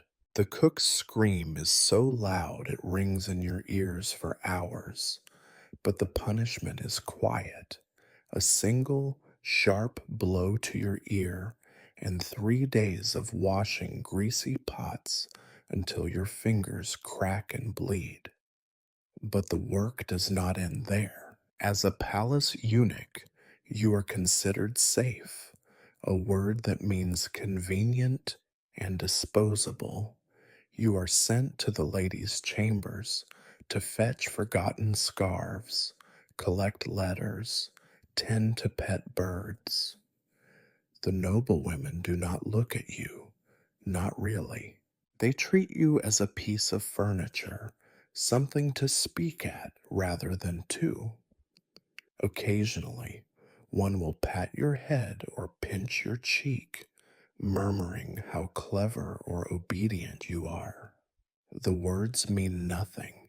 You are reminded of the stray cats that sometimes slip through the kitchens, petted by the gentle until they outlive their usefulness. The duties grow stranger with time. One morning, you are ordered to accompany a visiting nobleman to the palace stables. The stench of manure is thick in your nose. The stable master's whip is never far from his hand. Your job is to stand by while the nobleman inspects the horses, to hold a lantern, to fetch water, to receive curses if the animals misbehave. You learn the smell of fear in animals and people alike. You come to understand that every creature here, human, horse, or hound, lives at the mercy of the unpredictable. You are taught how to clean wounds, to sweep up broken glass after drunken fights, to fetch the healer when a Lord's child falls ill. You witness things you do not want to see: a hand raised in anger, a knife drawn over nothing, blood on marble floors. You learn that your job is not to help, only to remove evidence, wash the stains, hide the tears, never speak of what you saw. With new responsibilities comes new scrutiny. You are no longer quite invisible. When something is missing, you are questioned first. When a room is dirty, you are blamed. When a rumor spreads through the palace, servants are summoned and threatened until someone, usually the youngest or weakest, is punished. Innocence is no shield. You learn to anticipate danger before it arrives, to keep your head down, to let your answers be as thin and vague as gruel. Your body is not strong, but you are expected to endure. You drag firewood up twisting stairs, scrub floors on hands and knees, stand for hours holding a tray of food that grows heavier by the minute. Your arms and legs ache. Your back knots with fatigue. Sleep brings no relief, only the promise of another day just like the last. You see your hands trembling as you work and tell yourself it is only the cold. Sometimes your duties are degrading in ways you do not want to think about. You are ordered to clean the Lord's privy, to scrub stains from his fine linens, to chase rats from the cellars. There are no boundaries. Your time, your body, your dignity, none of it belongs to you. You find ways to numb yourself, to pretend you are somewhere else, someone else, as you work. You learn to turn your face to the wall and let the world pass over you. The older servants watch you with a kind of sorrow, but they do not interfere. They have learned their lessons and know that compassion is a luxury. You try not to envy them their numbness, their distance. You try not to hate the palace, even as it grinds you down. Hate, like hope, is dangerous. It only leads to disappointment. Sometimes you catch sight of yourself in a polished silver platter or a window. You barely recognize the thin, pale face, the hunched shoulders, the hollow eyes. You have forgotten how to smile, how to laugh. The person you once were feels impossibly far away. You have new duties, new burdens, but no new freedom. Each responsibility is just another chain, another way to tie you to the palace. You are becoming an expert in endurance, in erasing yourself, in carrying weight no child should bear. The work will only grow harder. The world will not grow kinder. Still, you do what you must. You survive. That is all the palace requires of you, and all you have left to offer. Over time, You find yourself absorbed into the palace's endless rhythm. At first, you resist in small, silent ways, holding on to the memory of your family, your village, the feeling of sunlight on your face. But the routine is too powerful, the demands too constant. Gradually, you are swallowed whole. You become part of the background, another silent figure in the parade of the palaces unseen. You do not notice the change as it happens. It is slow, almost merciful in its subtlety. One way, you realize you no longer flinch at the sound of a noble's raised voice. Your hands move of their own accord, completing tasks without conscious thought, arranging the table, folding linens, collecting spilled wax from the candle holders. You know which lords want their bread cut thick, which ladies want their sheets changed twice each day, which dogs bite, and which only bark. The palace is full of rules and rituals, and you have learned them all, not from instruction, but from surviving mistake after mistake. You are neither favored nor despised. You have learned not to be noticed, not to rise above or fall below the others. The stewards recognize you for your silence and efficiency. The other servants trust you to keep your mouth shut and your eyes lowered. You have become predictable, a small and steady presence in a world that despises surprises. Your usefulness is your only protection. There are days when new faces appear in the dormitories, boys and girls fresh from villages you have never heard of, their eyes wide and raw with fear. You watch them stumble through their first weeks, making the same mistakes you once did, suffering the same punishments. If they last, they become like you, worn down and smooth, all the rough edges sanded away by the relentless grind of service. There is something comforting in your invisibility. Nobles see only what they wish: polished floors, pressed linen, food appearing and disappearing as if by magic. You are the ghost that makes it all possible. When you move, the world moves with you. You know the palace so well, you can navigate it blindfolded. You know which stairs creak, which doors always stick, which corners are safe for a moment's rest. You know where the secret passage is behind the scullery, and where to hide if trouble comes looking for a scapegoat. But invisibility is not the same as freedom. You are trusted with secrets, but only because you are assumed to be harmless. You overhear confessions and threats, learn the language of glances and silences. You know which lovers meet at night, which steward drinks from the Lord's cellar, which noble hides debts from his wife. These secrets are heavy, but you carry them in silence, knowing that to speak is to risk your neck. Trust is a one-way street. You are trusted only as long as you never use what you know.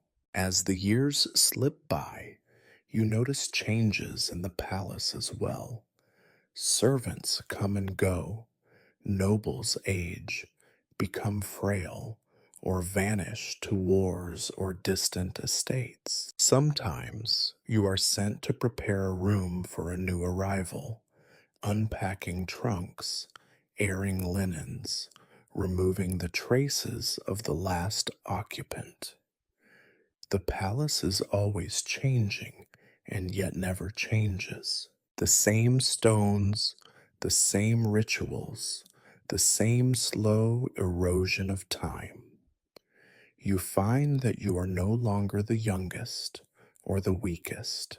Others look to you for guidance, which way to go when the steward is angry, how to answer the matron without earning a slap, which tasks can be delayed, and which must be done at once.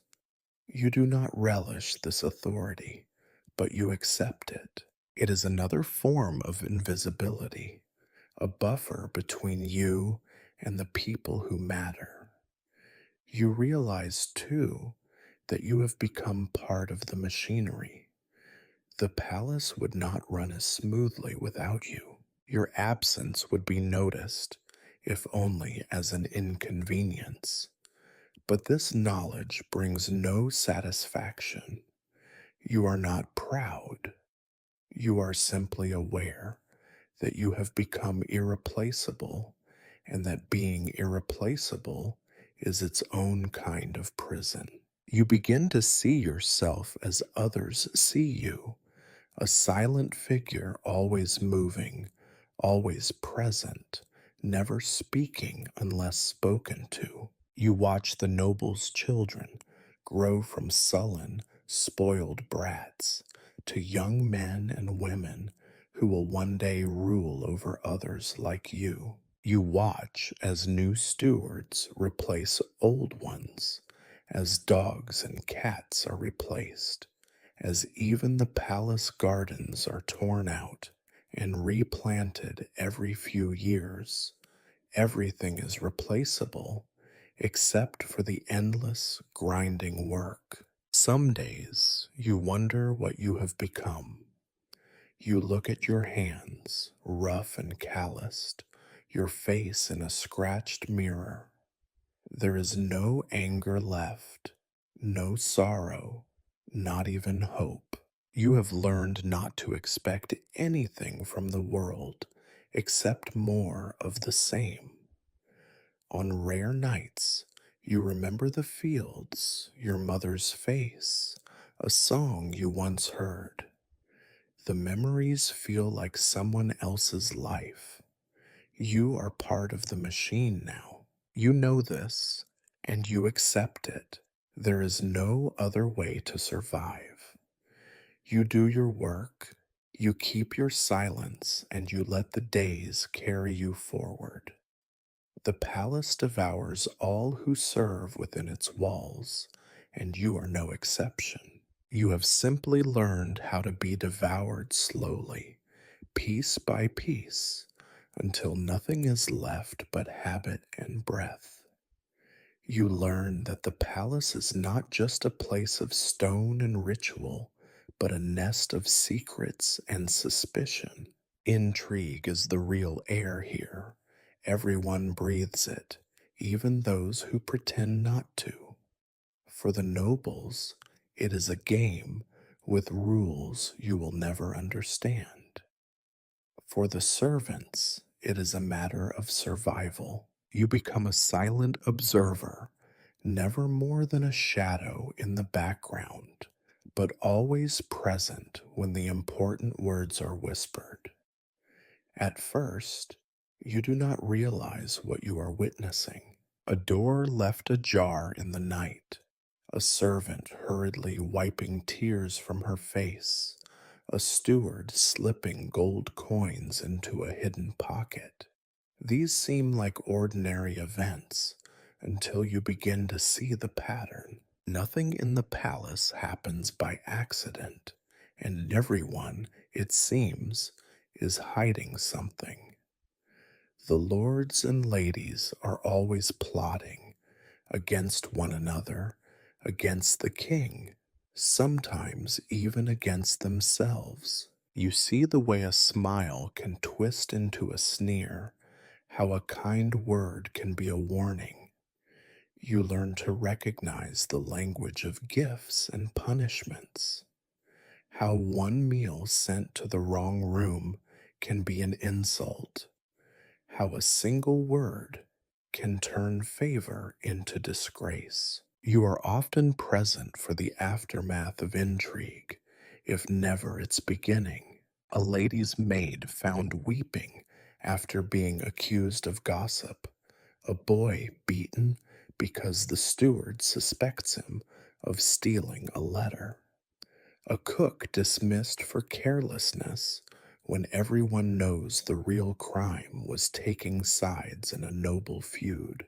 No one explains anything. You hear rumors in the servants' quarters, whispered when the doors are closed and the lights are low. The Lord's brother wants his inheritance, someone says, or the lady is sending messages to the bishop. It is all half truth and shadow, but you learn to pay attention. Sometimes you are sent to deliver messages or to carry trays into rooms where the air crackles with tension. You are careful never to meet anyone's eyes, never to linger, never to react to anything you see or hear. You understand that to know too much is to court disaster. There are always stories about a servant who listened too closely, or spoke out of turn, or was simply unlucky enough to be in the wrong place at the wrong time. They are gone by morning, sent away, or worse.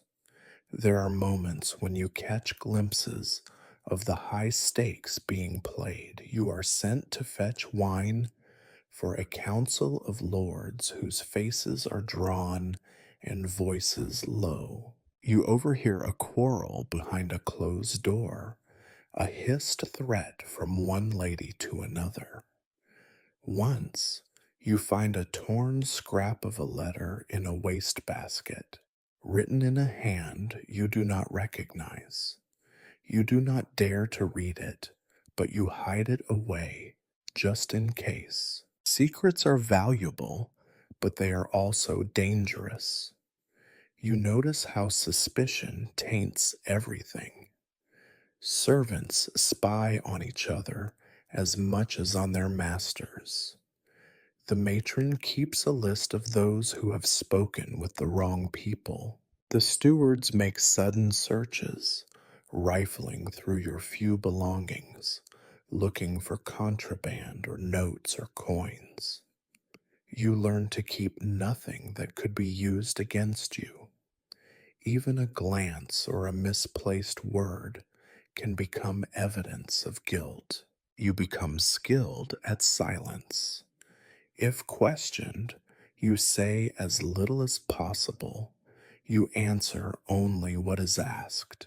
You let your face remain blank, your eyes dull. You are careful not to show favor or affection to anyone, not to stand too close to those out of favor, not to be seen with those who are suddenly promoted. You watch as friendships are made and broken over a careless joke, as alliances form and dissolve like mist.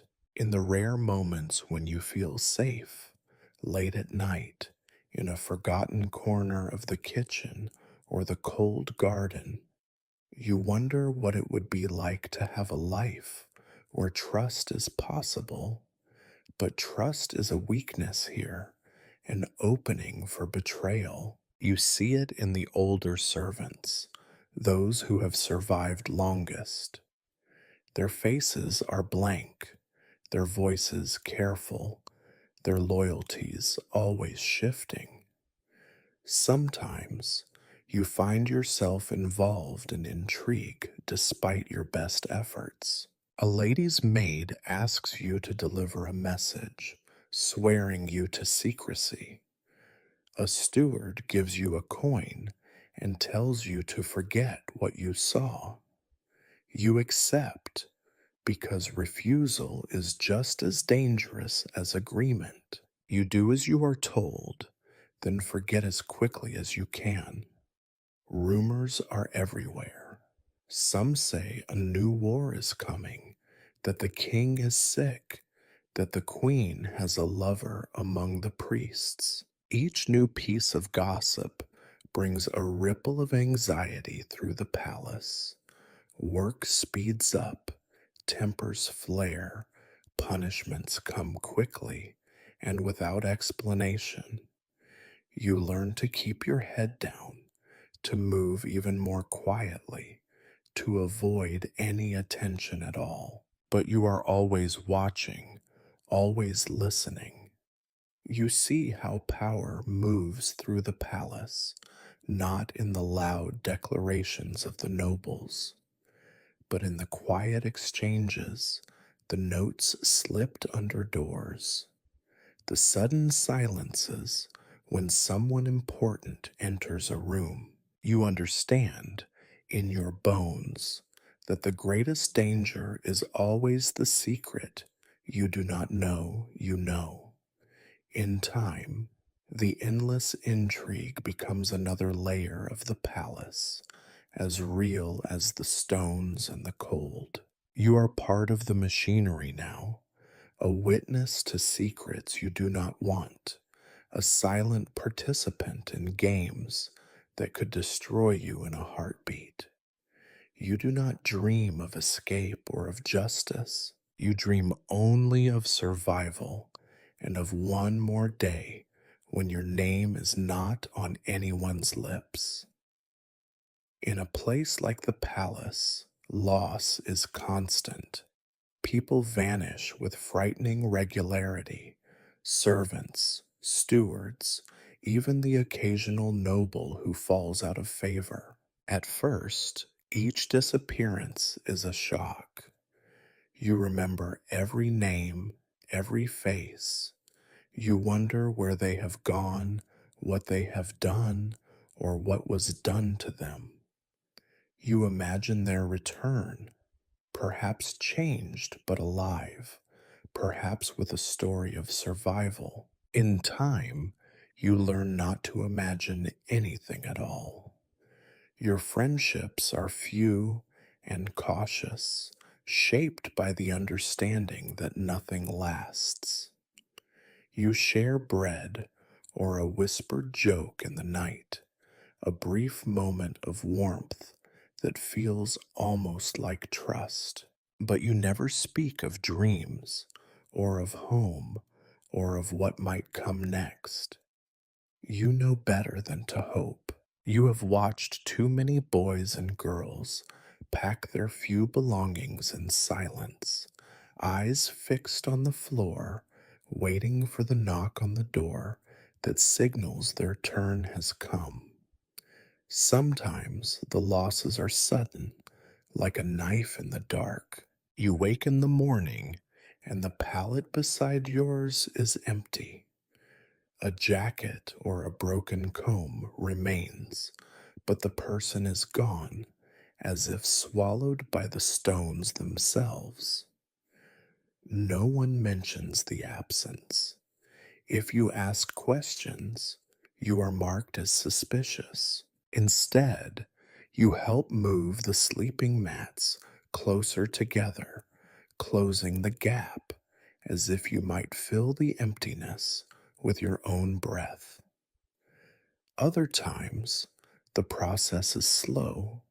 Someone falls ill and does not recover. The matron tries her best, but food is scarce and medicine scarcer still.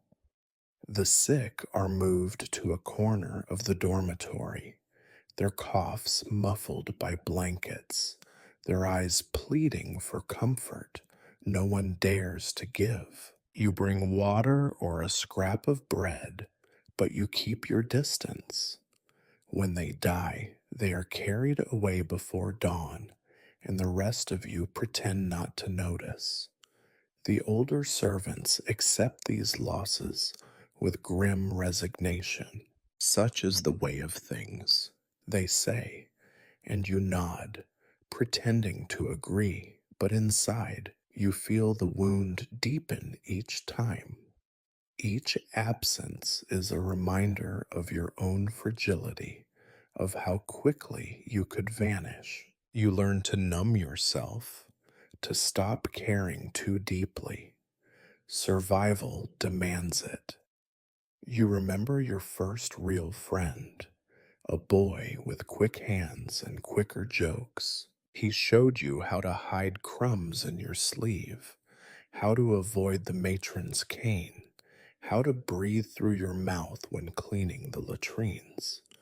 One evening, he is caught whispering in the wrong corridor.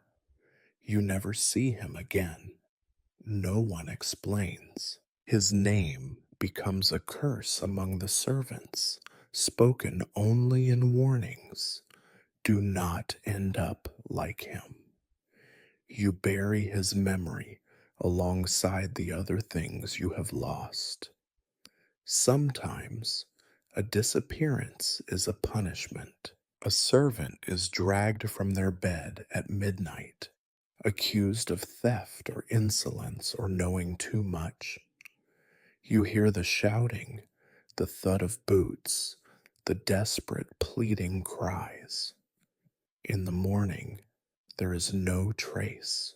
The dormitory is quieter, everyone moving a little slower, eyes cast down. Fear lingers in the air, thick and heavy.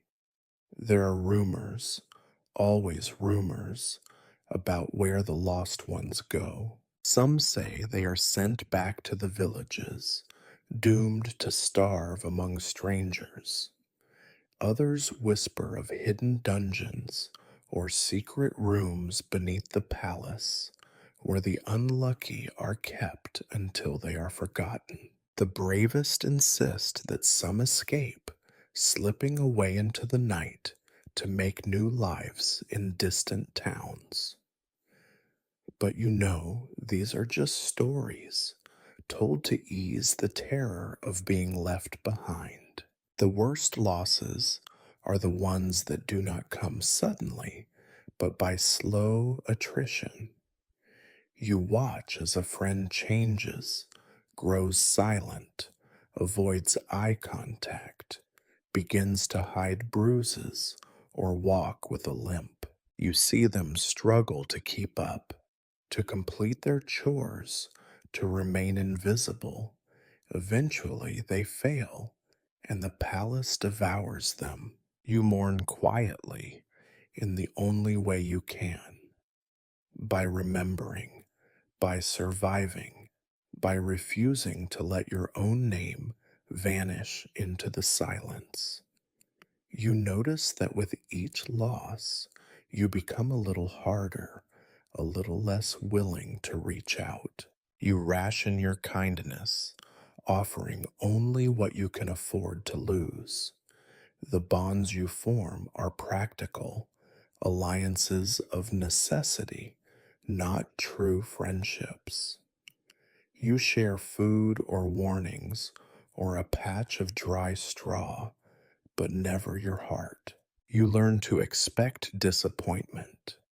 Some nights you cannot sleep. You lie awake and count the people you have known, the ones who are gone, the ones who remain. You wonder how many more you will outlast and whether anyone will remember you when your time comes. You tell yourself that it does not matter, that survival is enough, but the loneliness is a constant ache, a dull pain that never fully fades. In rare moments, you let yourself grieve. You remember the laughter, the whispered secrets, the feeling of someone else's hand in yours. These memories hurt, but you hold on to them. They are proof that you were once more than a shadow, that you once belonged to something, however briefly. The palace does not mourn. It moves forward, relentless, erasing the traces of those it has consumed. You become expert at forgetting, at letting go. But deep inside, you know that each disappearance leaves a mark, a hollow space that can never truly be filled.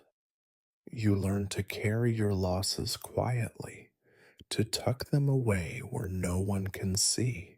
They become part of you as much as your scars and your silence. In this way, you survive by collecting your sorrows, by outlasting your grief, by refusing to let the palace erase you completely. With each passing season, you grow less certain of where you end and the palace begins.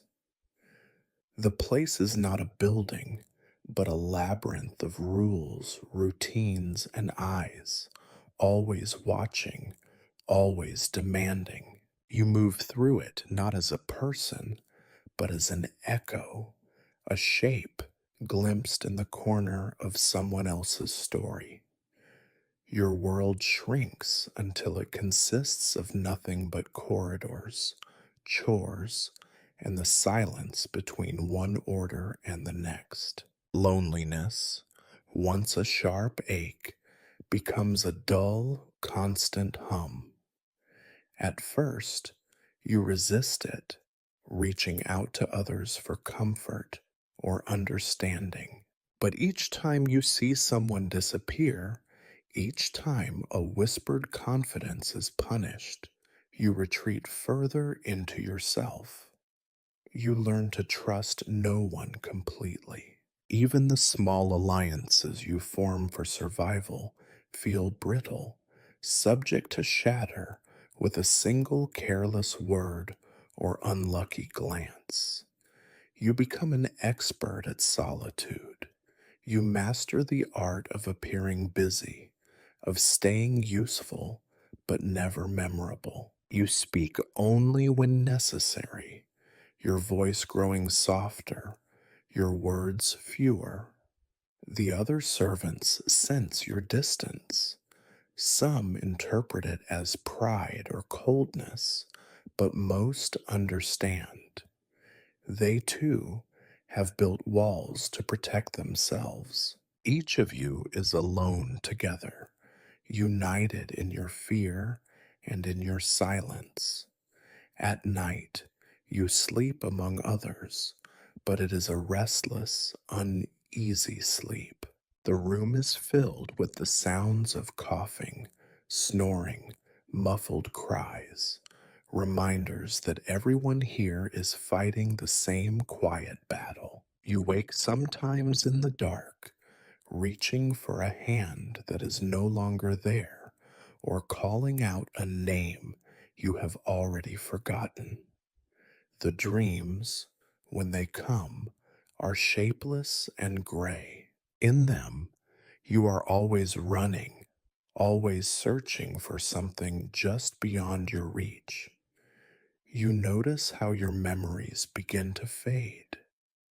The faces of your family blur and recede, their voices swallowed by the endless clatter of the palace. You try to remember the taste of food from home, the feel of grass under your feet, but these sensations slip away, replaced by the constant, bitter taste of lye and ash. You become a creature of habit, your world bounded by stone walls and flickering candlelight. The palace does not care about your loneliness. If anything, it encourages it. You are rewarded for your silence, your compliance, your ability to disappear into your duties. The stewards and matrons praise you not for your kindness, but for your efficiency, your ability to keep your head down and your hands busy. The less you feel, the safer you are. You begin to lose your sense of self.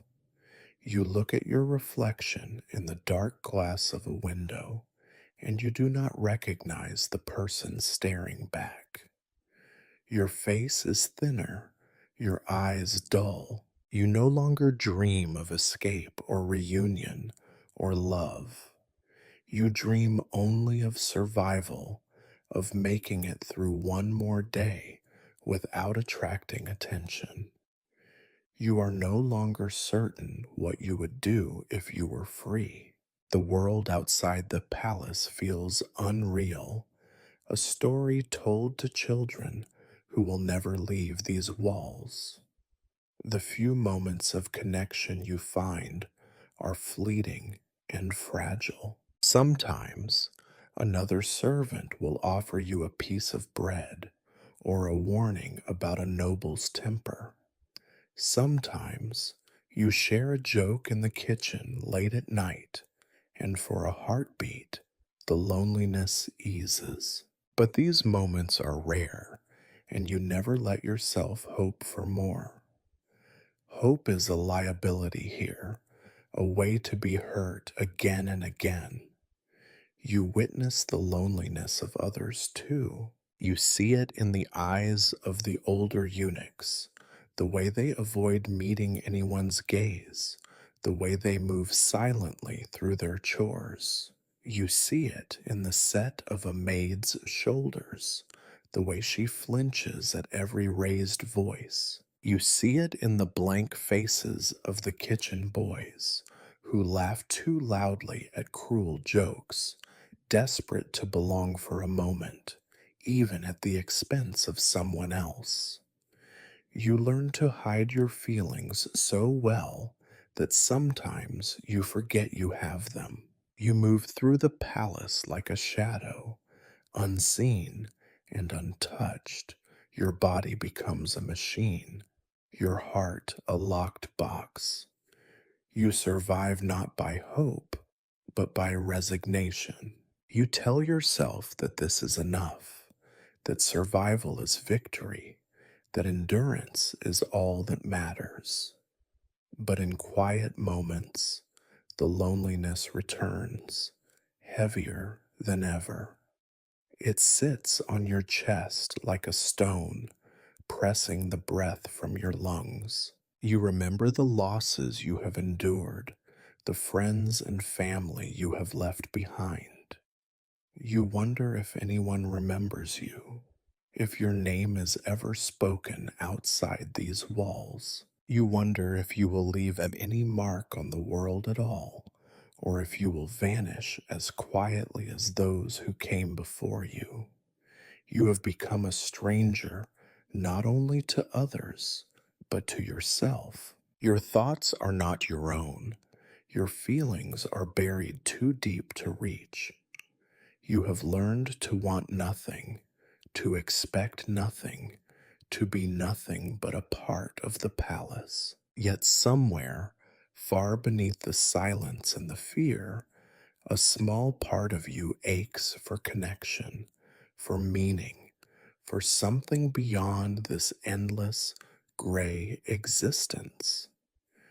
You do not know if you will ever find it. For now, all you can do is endure, one day at a time, one chore at a time, hoping that the ache of loneliness will someday fade, or that you will learn to live with it as you have learned to live with everything else. In the palace, years pass as quietly and steadily as dust accumulates in unused rooms. You do not notice yourself growing older, not at first. The days are all the same, filled with work and silence. But one morning, you wake to find that your hands ache even before you rise from your straw mat. Your back is stiff. Your legs do not bend so easily. You tell yourself it is only the cold, only the result of a hard night on the floor. You are too young, you think, to be old. But time in the palace is different. It moves faster, eats away at you from within. You begin to cough more often. The chill that never leaves the stones of the lower halls seeps into your bones. You climb stairs more slowly. Sometimes your fingers go numb as you scrub the cold flagstones, and you have to stop and rub them until the blood returns. The other servants do not comment. Everyone is slowing down, each of you wearing out at a pace set by the endless, grinding demands of the place. You notice changes in your face when you catch a glimpse in a polished dish. Your cheeks are hollower, your eyes have grown tired and sunken. You have never known real health, but now you sense that something inside you is failing. Sometimes, when you bend to lift a heavy bucket, you feel a pain in your side so sharp you nearly cry out. You bite your tongue instead, unwilling to show weakness.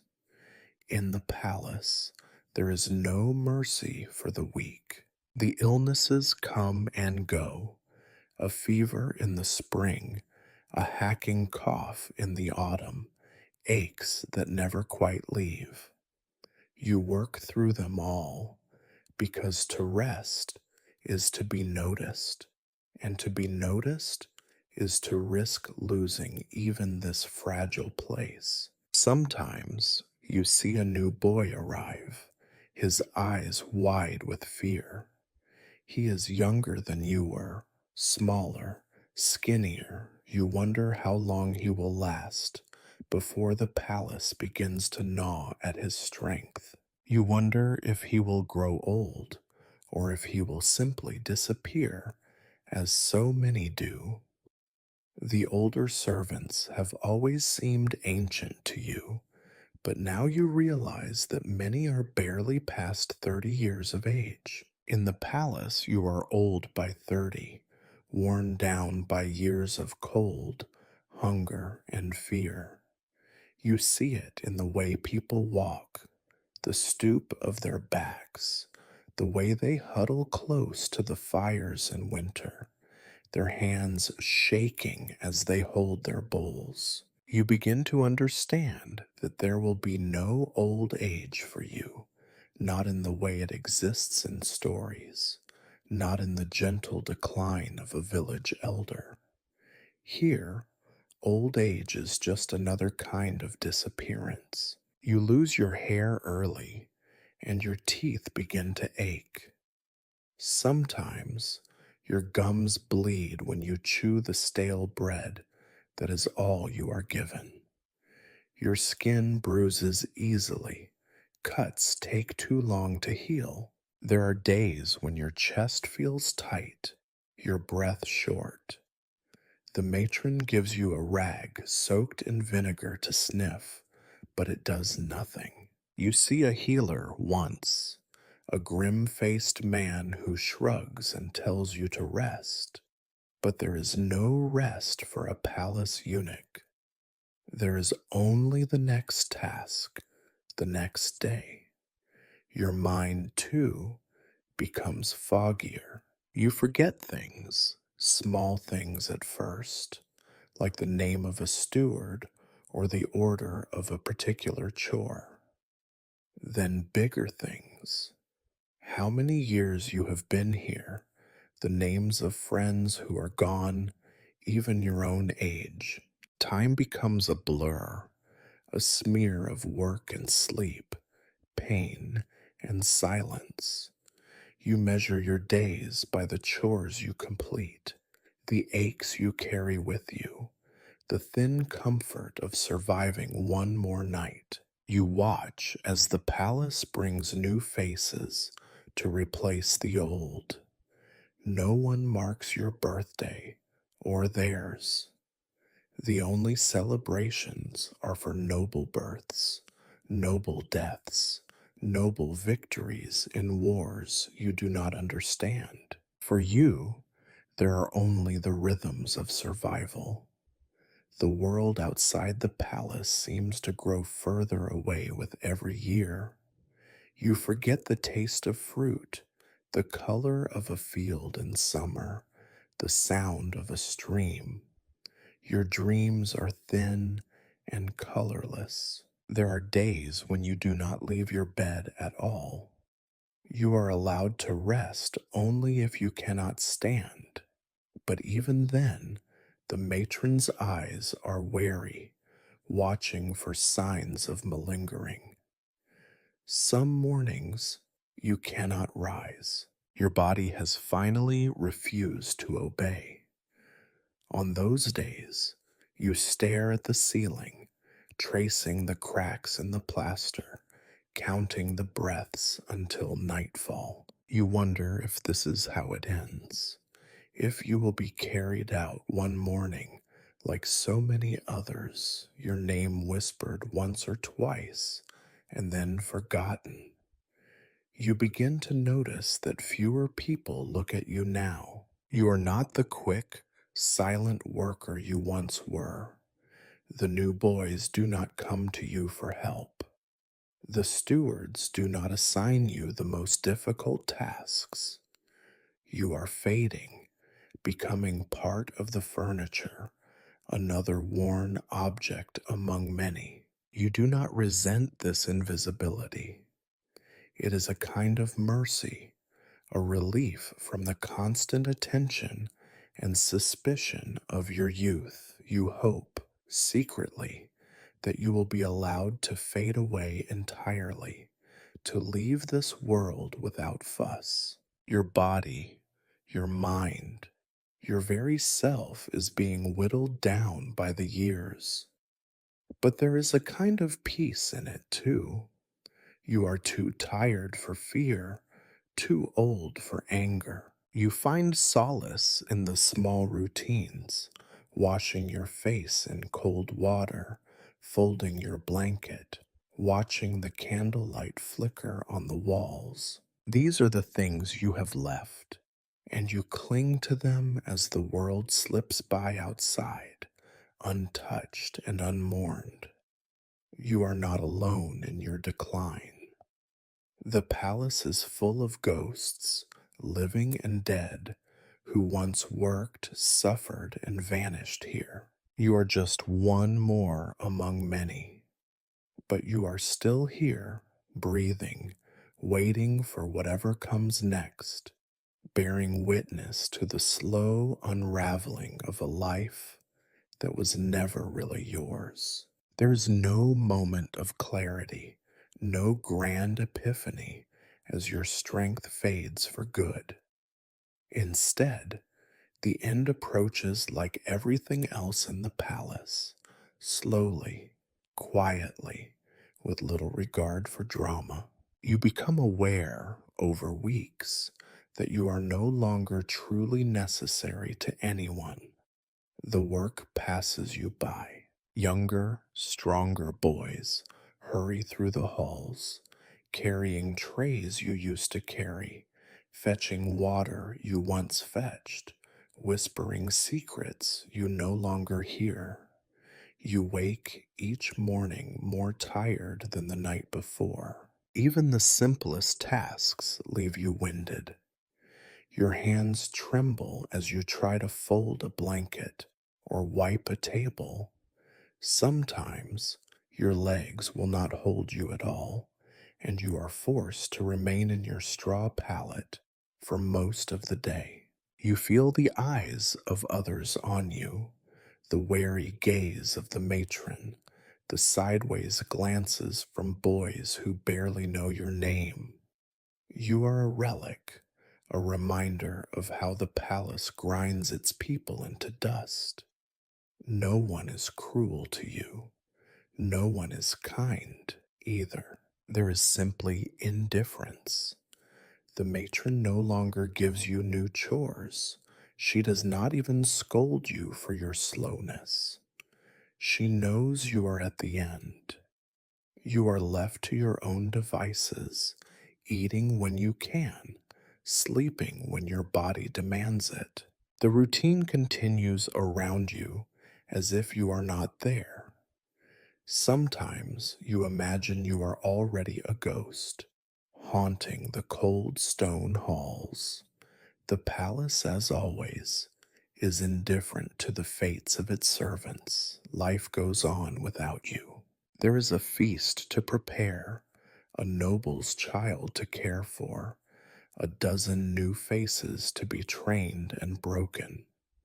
Your absence will make no difference. You understand now that your life has been only a tiny thread in the great tapestry of the place, barely visible, easily replaced, forgotten almost as soon as it is gone. You watch the others with a detachment you never felt before. You see the fresh fear in the eyes of the new arrivals, the stoic resignation in the faces of the older servants. You remember when you were one of them, young and frightened, clinging to hope. You wonder what became of all the others who shared your journey, now vanished, some dead, some simply swept away by the current of history. There are moments, sometimes, when you are left alone in a quiet corridor or empty dormitory, when the ache of loss is nearly overwhelming. You think of the friends you once had, the small joys you cherished, the long list of things you never dared to want. You wonder if your parents remember you, if anyone ever speaks your name outside these walls. The world beyond the palace feels impossibly distant, as if it belongs to someone else entirely. You have not prayed in years, but in these last days, you find yourself speaking to the shadows, not asking for salvation or relief, but simply marking your presence. I am still here, you whisper. I am not yet gone. You are not sure whom you address, the gods, the ghosts, or yourself. Sleep comes more often, and your dreams are different now. You do not relive the pain or the fear. Instead, you wander through empty fields under a wide, silent sky. Sometimes you see the faces of those you lost, their features softer than you remember, smiling at you in ways they never did in life. When you wake, you are neither comforted nor sad. The dreams are simply another part of the world you are leaving behind. You are no longer hungry, no longer truly cold. Your body feels strangely light, as if it is already halfway gone. Pain is less sharp, more distant. You drift in and out of awareness, the days blending into one another. No one comes to say goodbye.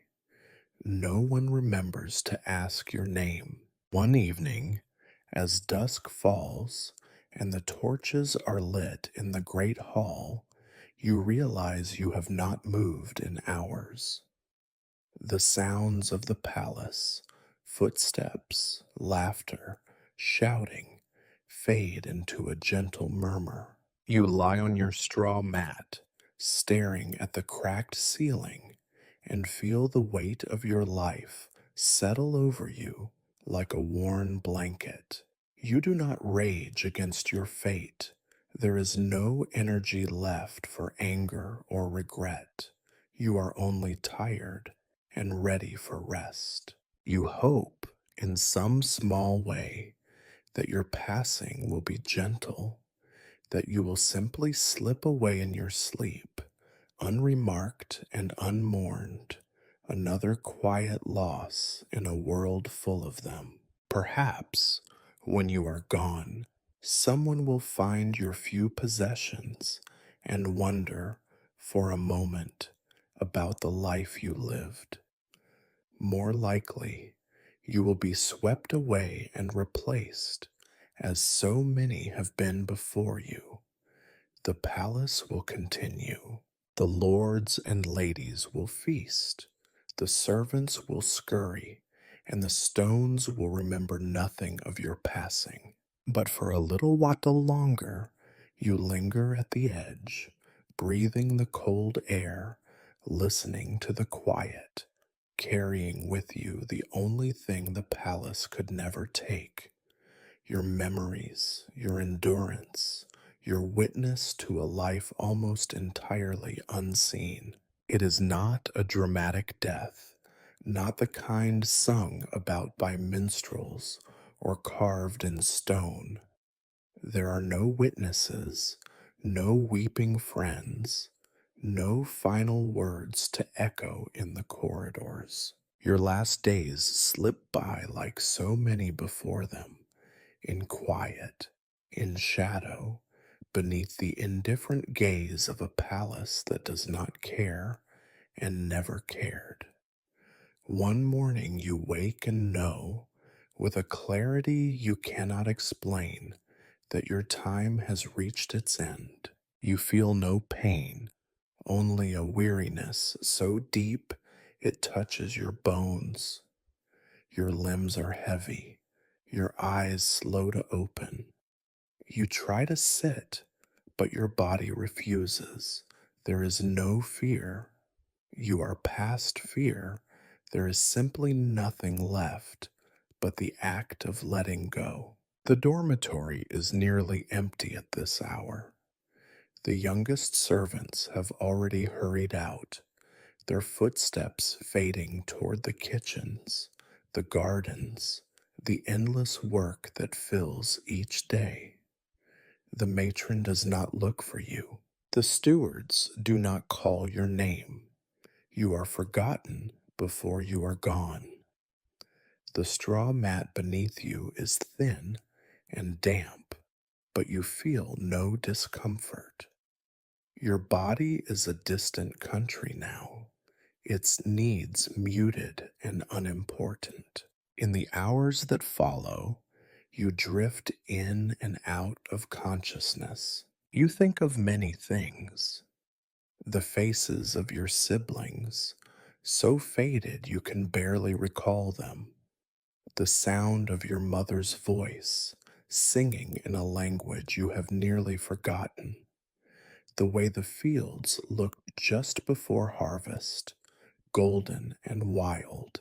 You remember laughter, your own, long ago, and the laughter of a friend who vanished one cold night, years past. These memories flicker and fade, each one softer than the last, like embers smoldering in ash.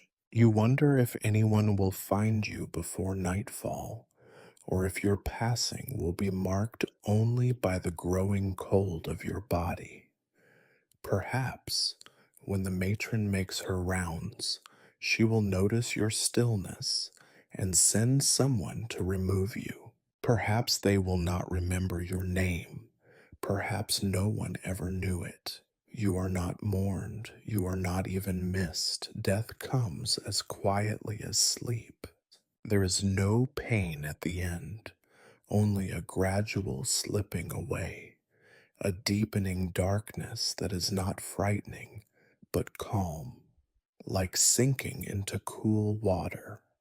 Your breath slows, your thoughts scatter, the world around you shrinks to a single silent moment. You feel, at last, weightless. You are not afraid. No bells are rung for you. There is no procession, no prayers whispered over your body. A few other servants might glance your way, eyes lingering for a second before returning to their work. The matron shakes her head, instructs two boys to carry you away before the evening meal. You are replaced before your straw mat has cooled. The world continues, untouched by your absence. Your few possessions, a worn shirt, a chipped wooden spoon, a bit of string, a stone from the garden, are gathered up and tossed aside or claimed by others. There are no keepsakes, no tokens for anyone to remember you by. Your story ends as it was lived, quietly, invisibly, leaving almost nothing behind. Somewhere in the palace, a noble's child laughs. In the kitchens, cooks shout orders. The halls ring with the same clatter and whispers, the same intrigues and complaints, as if you had never existed. The sun rises and sets. The world does not pause, but in the final, silent space of your death, there is a strange peace. You are free at last from the pain, the hunger, the fear.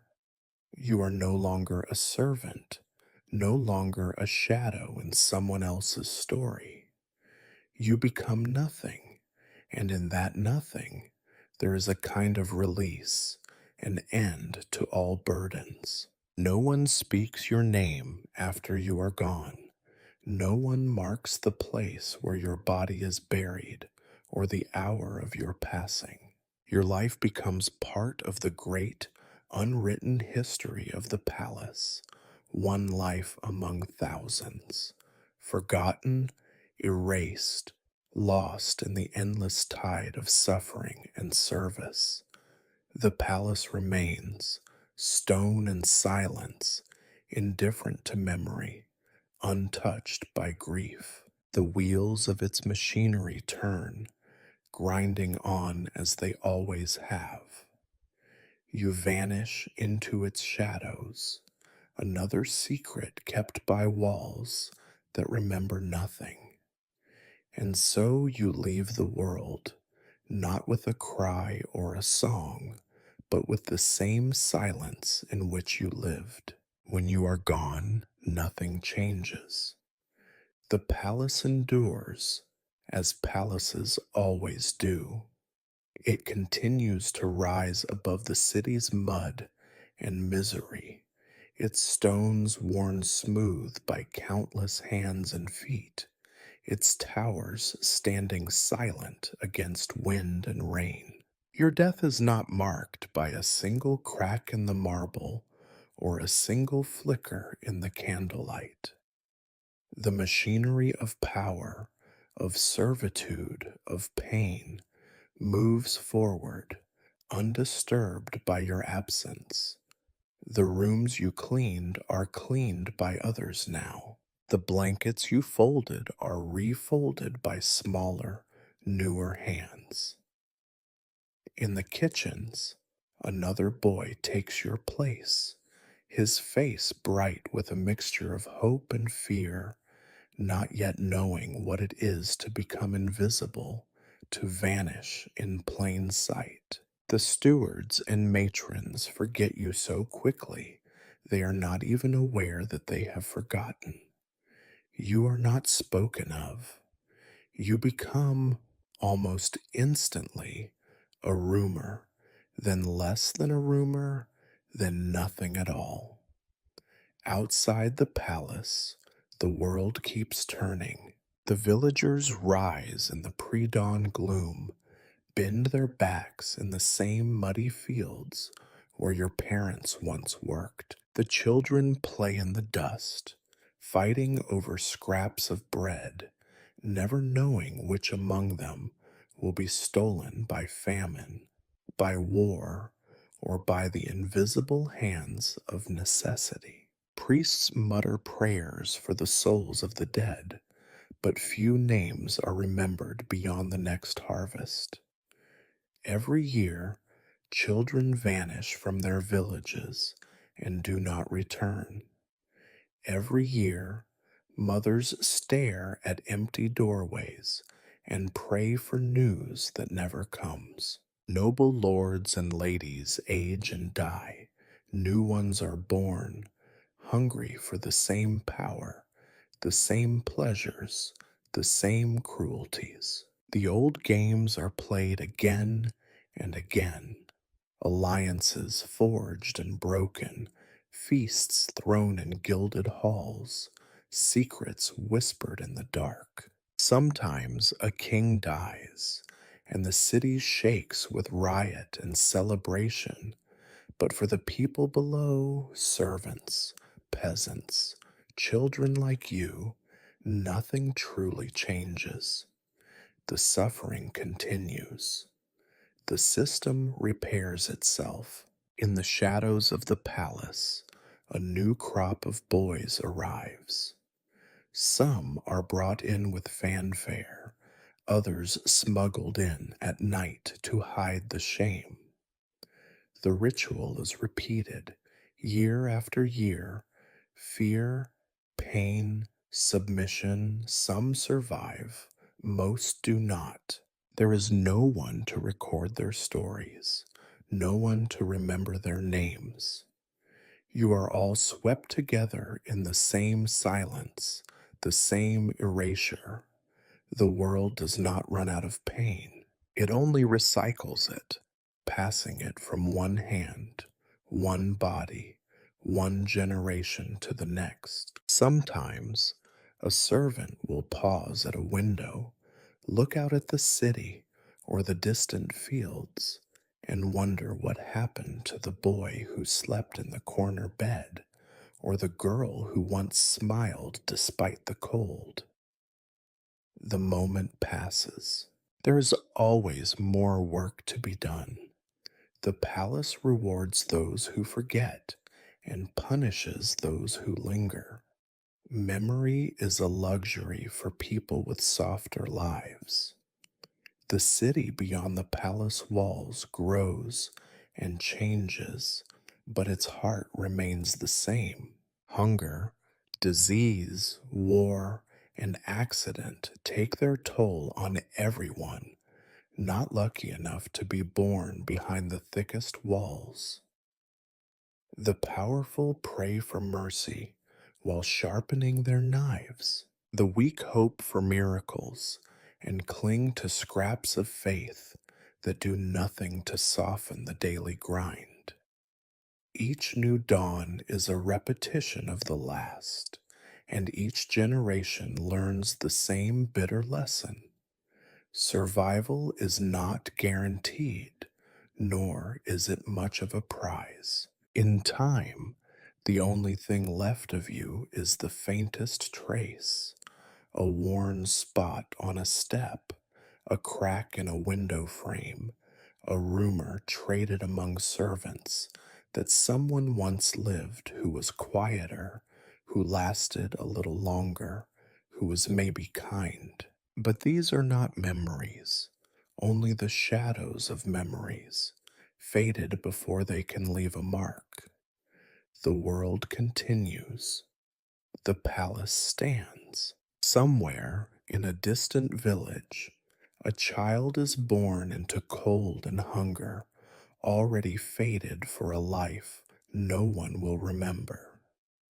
The circle closes, the machinery of suffering does not rest, and its appetite is endless. Perhaps, in some far future, someone will wonder about all the vanished children, about the shadows that flicker and disappear behind noble walls. Perhaps a story will be told, a bedtime tale, a warning, a ghost's lament, but you know better than to expect it. History is for the rich, for the powerful, for the cruel and the lucky. For the rest, there is only forgetting. The candles in the palace gutters burn low, the stones cool with the night. The city breathes and sleeps. You are gone, and the world, indifferent, carries on.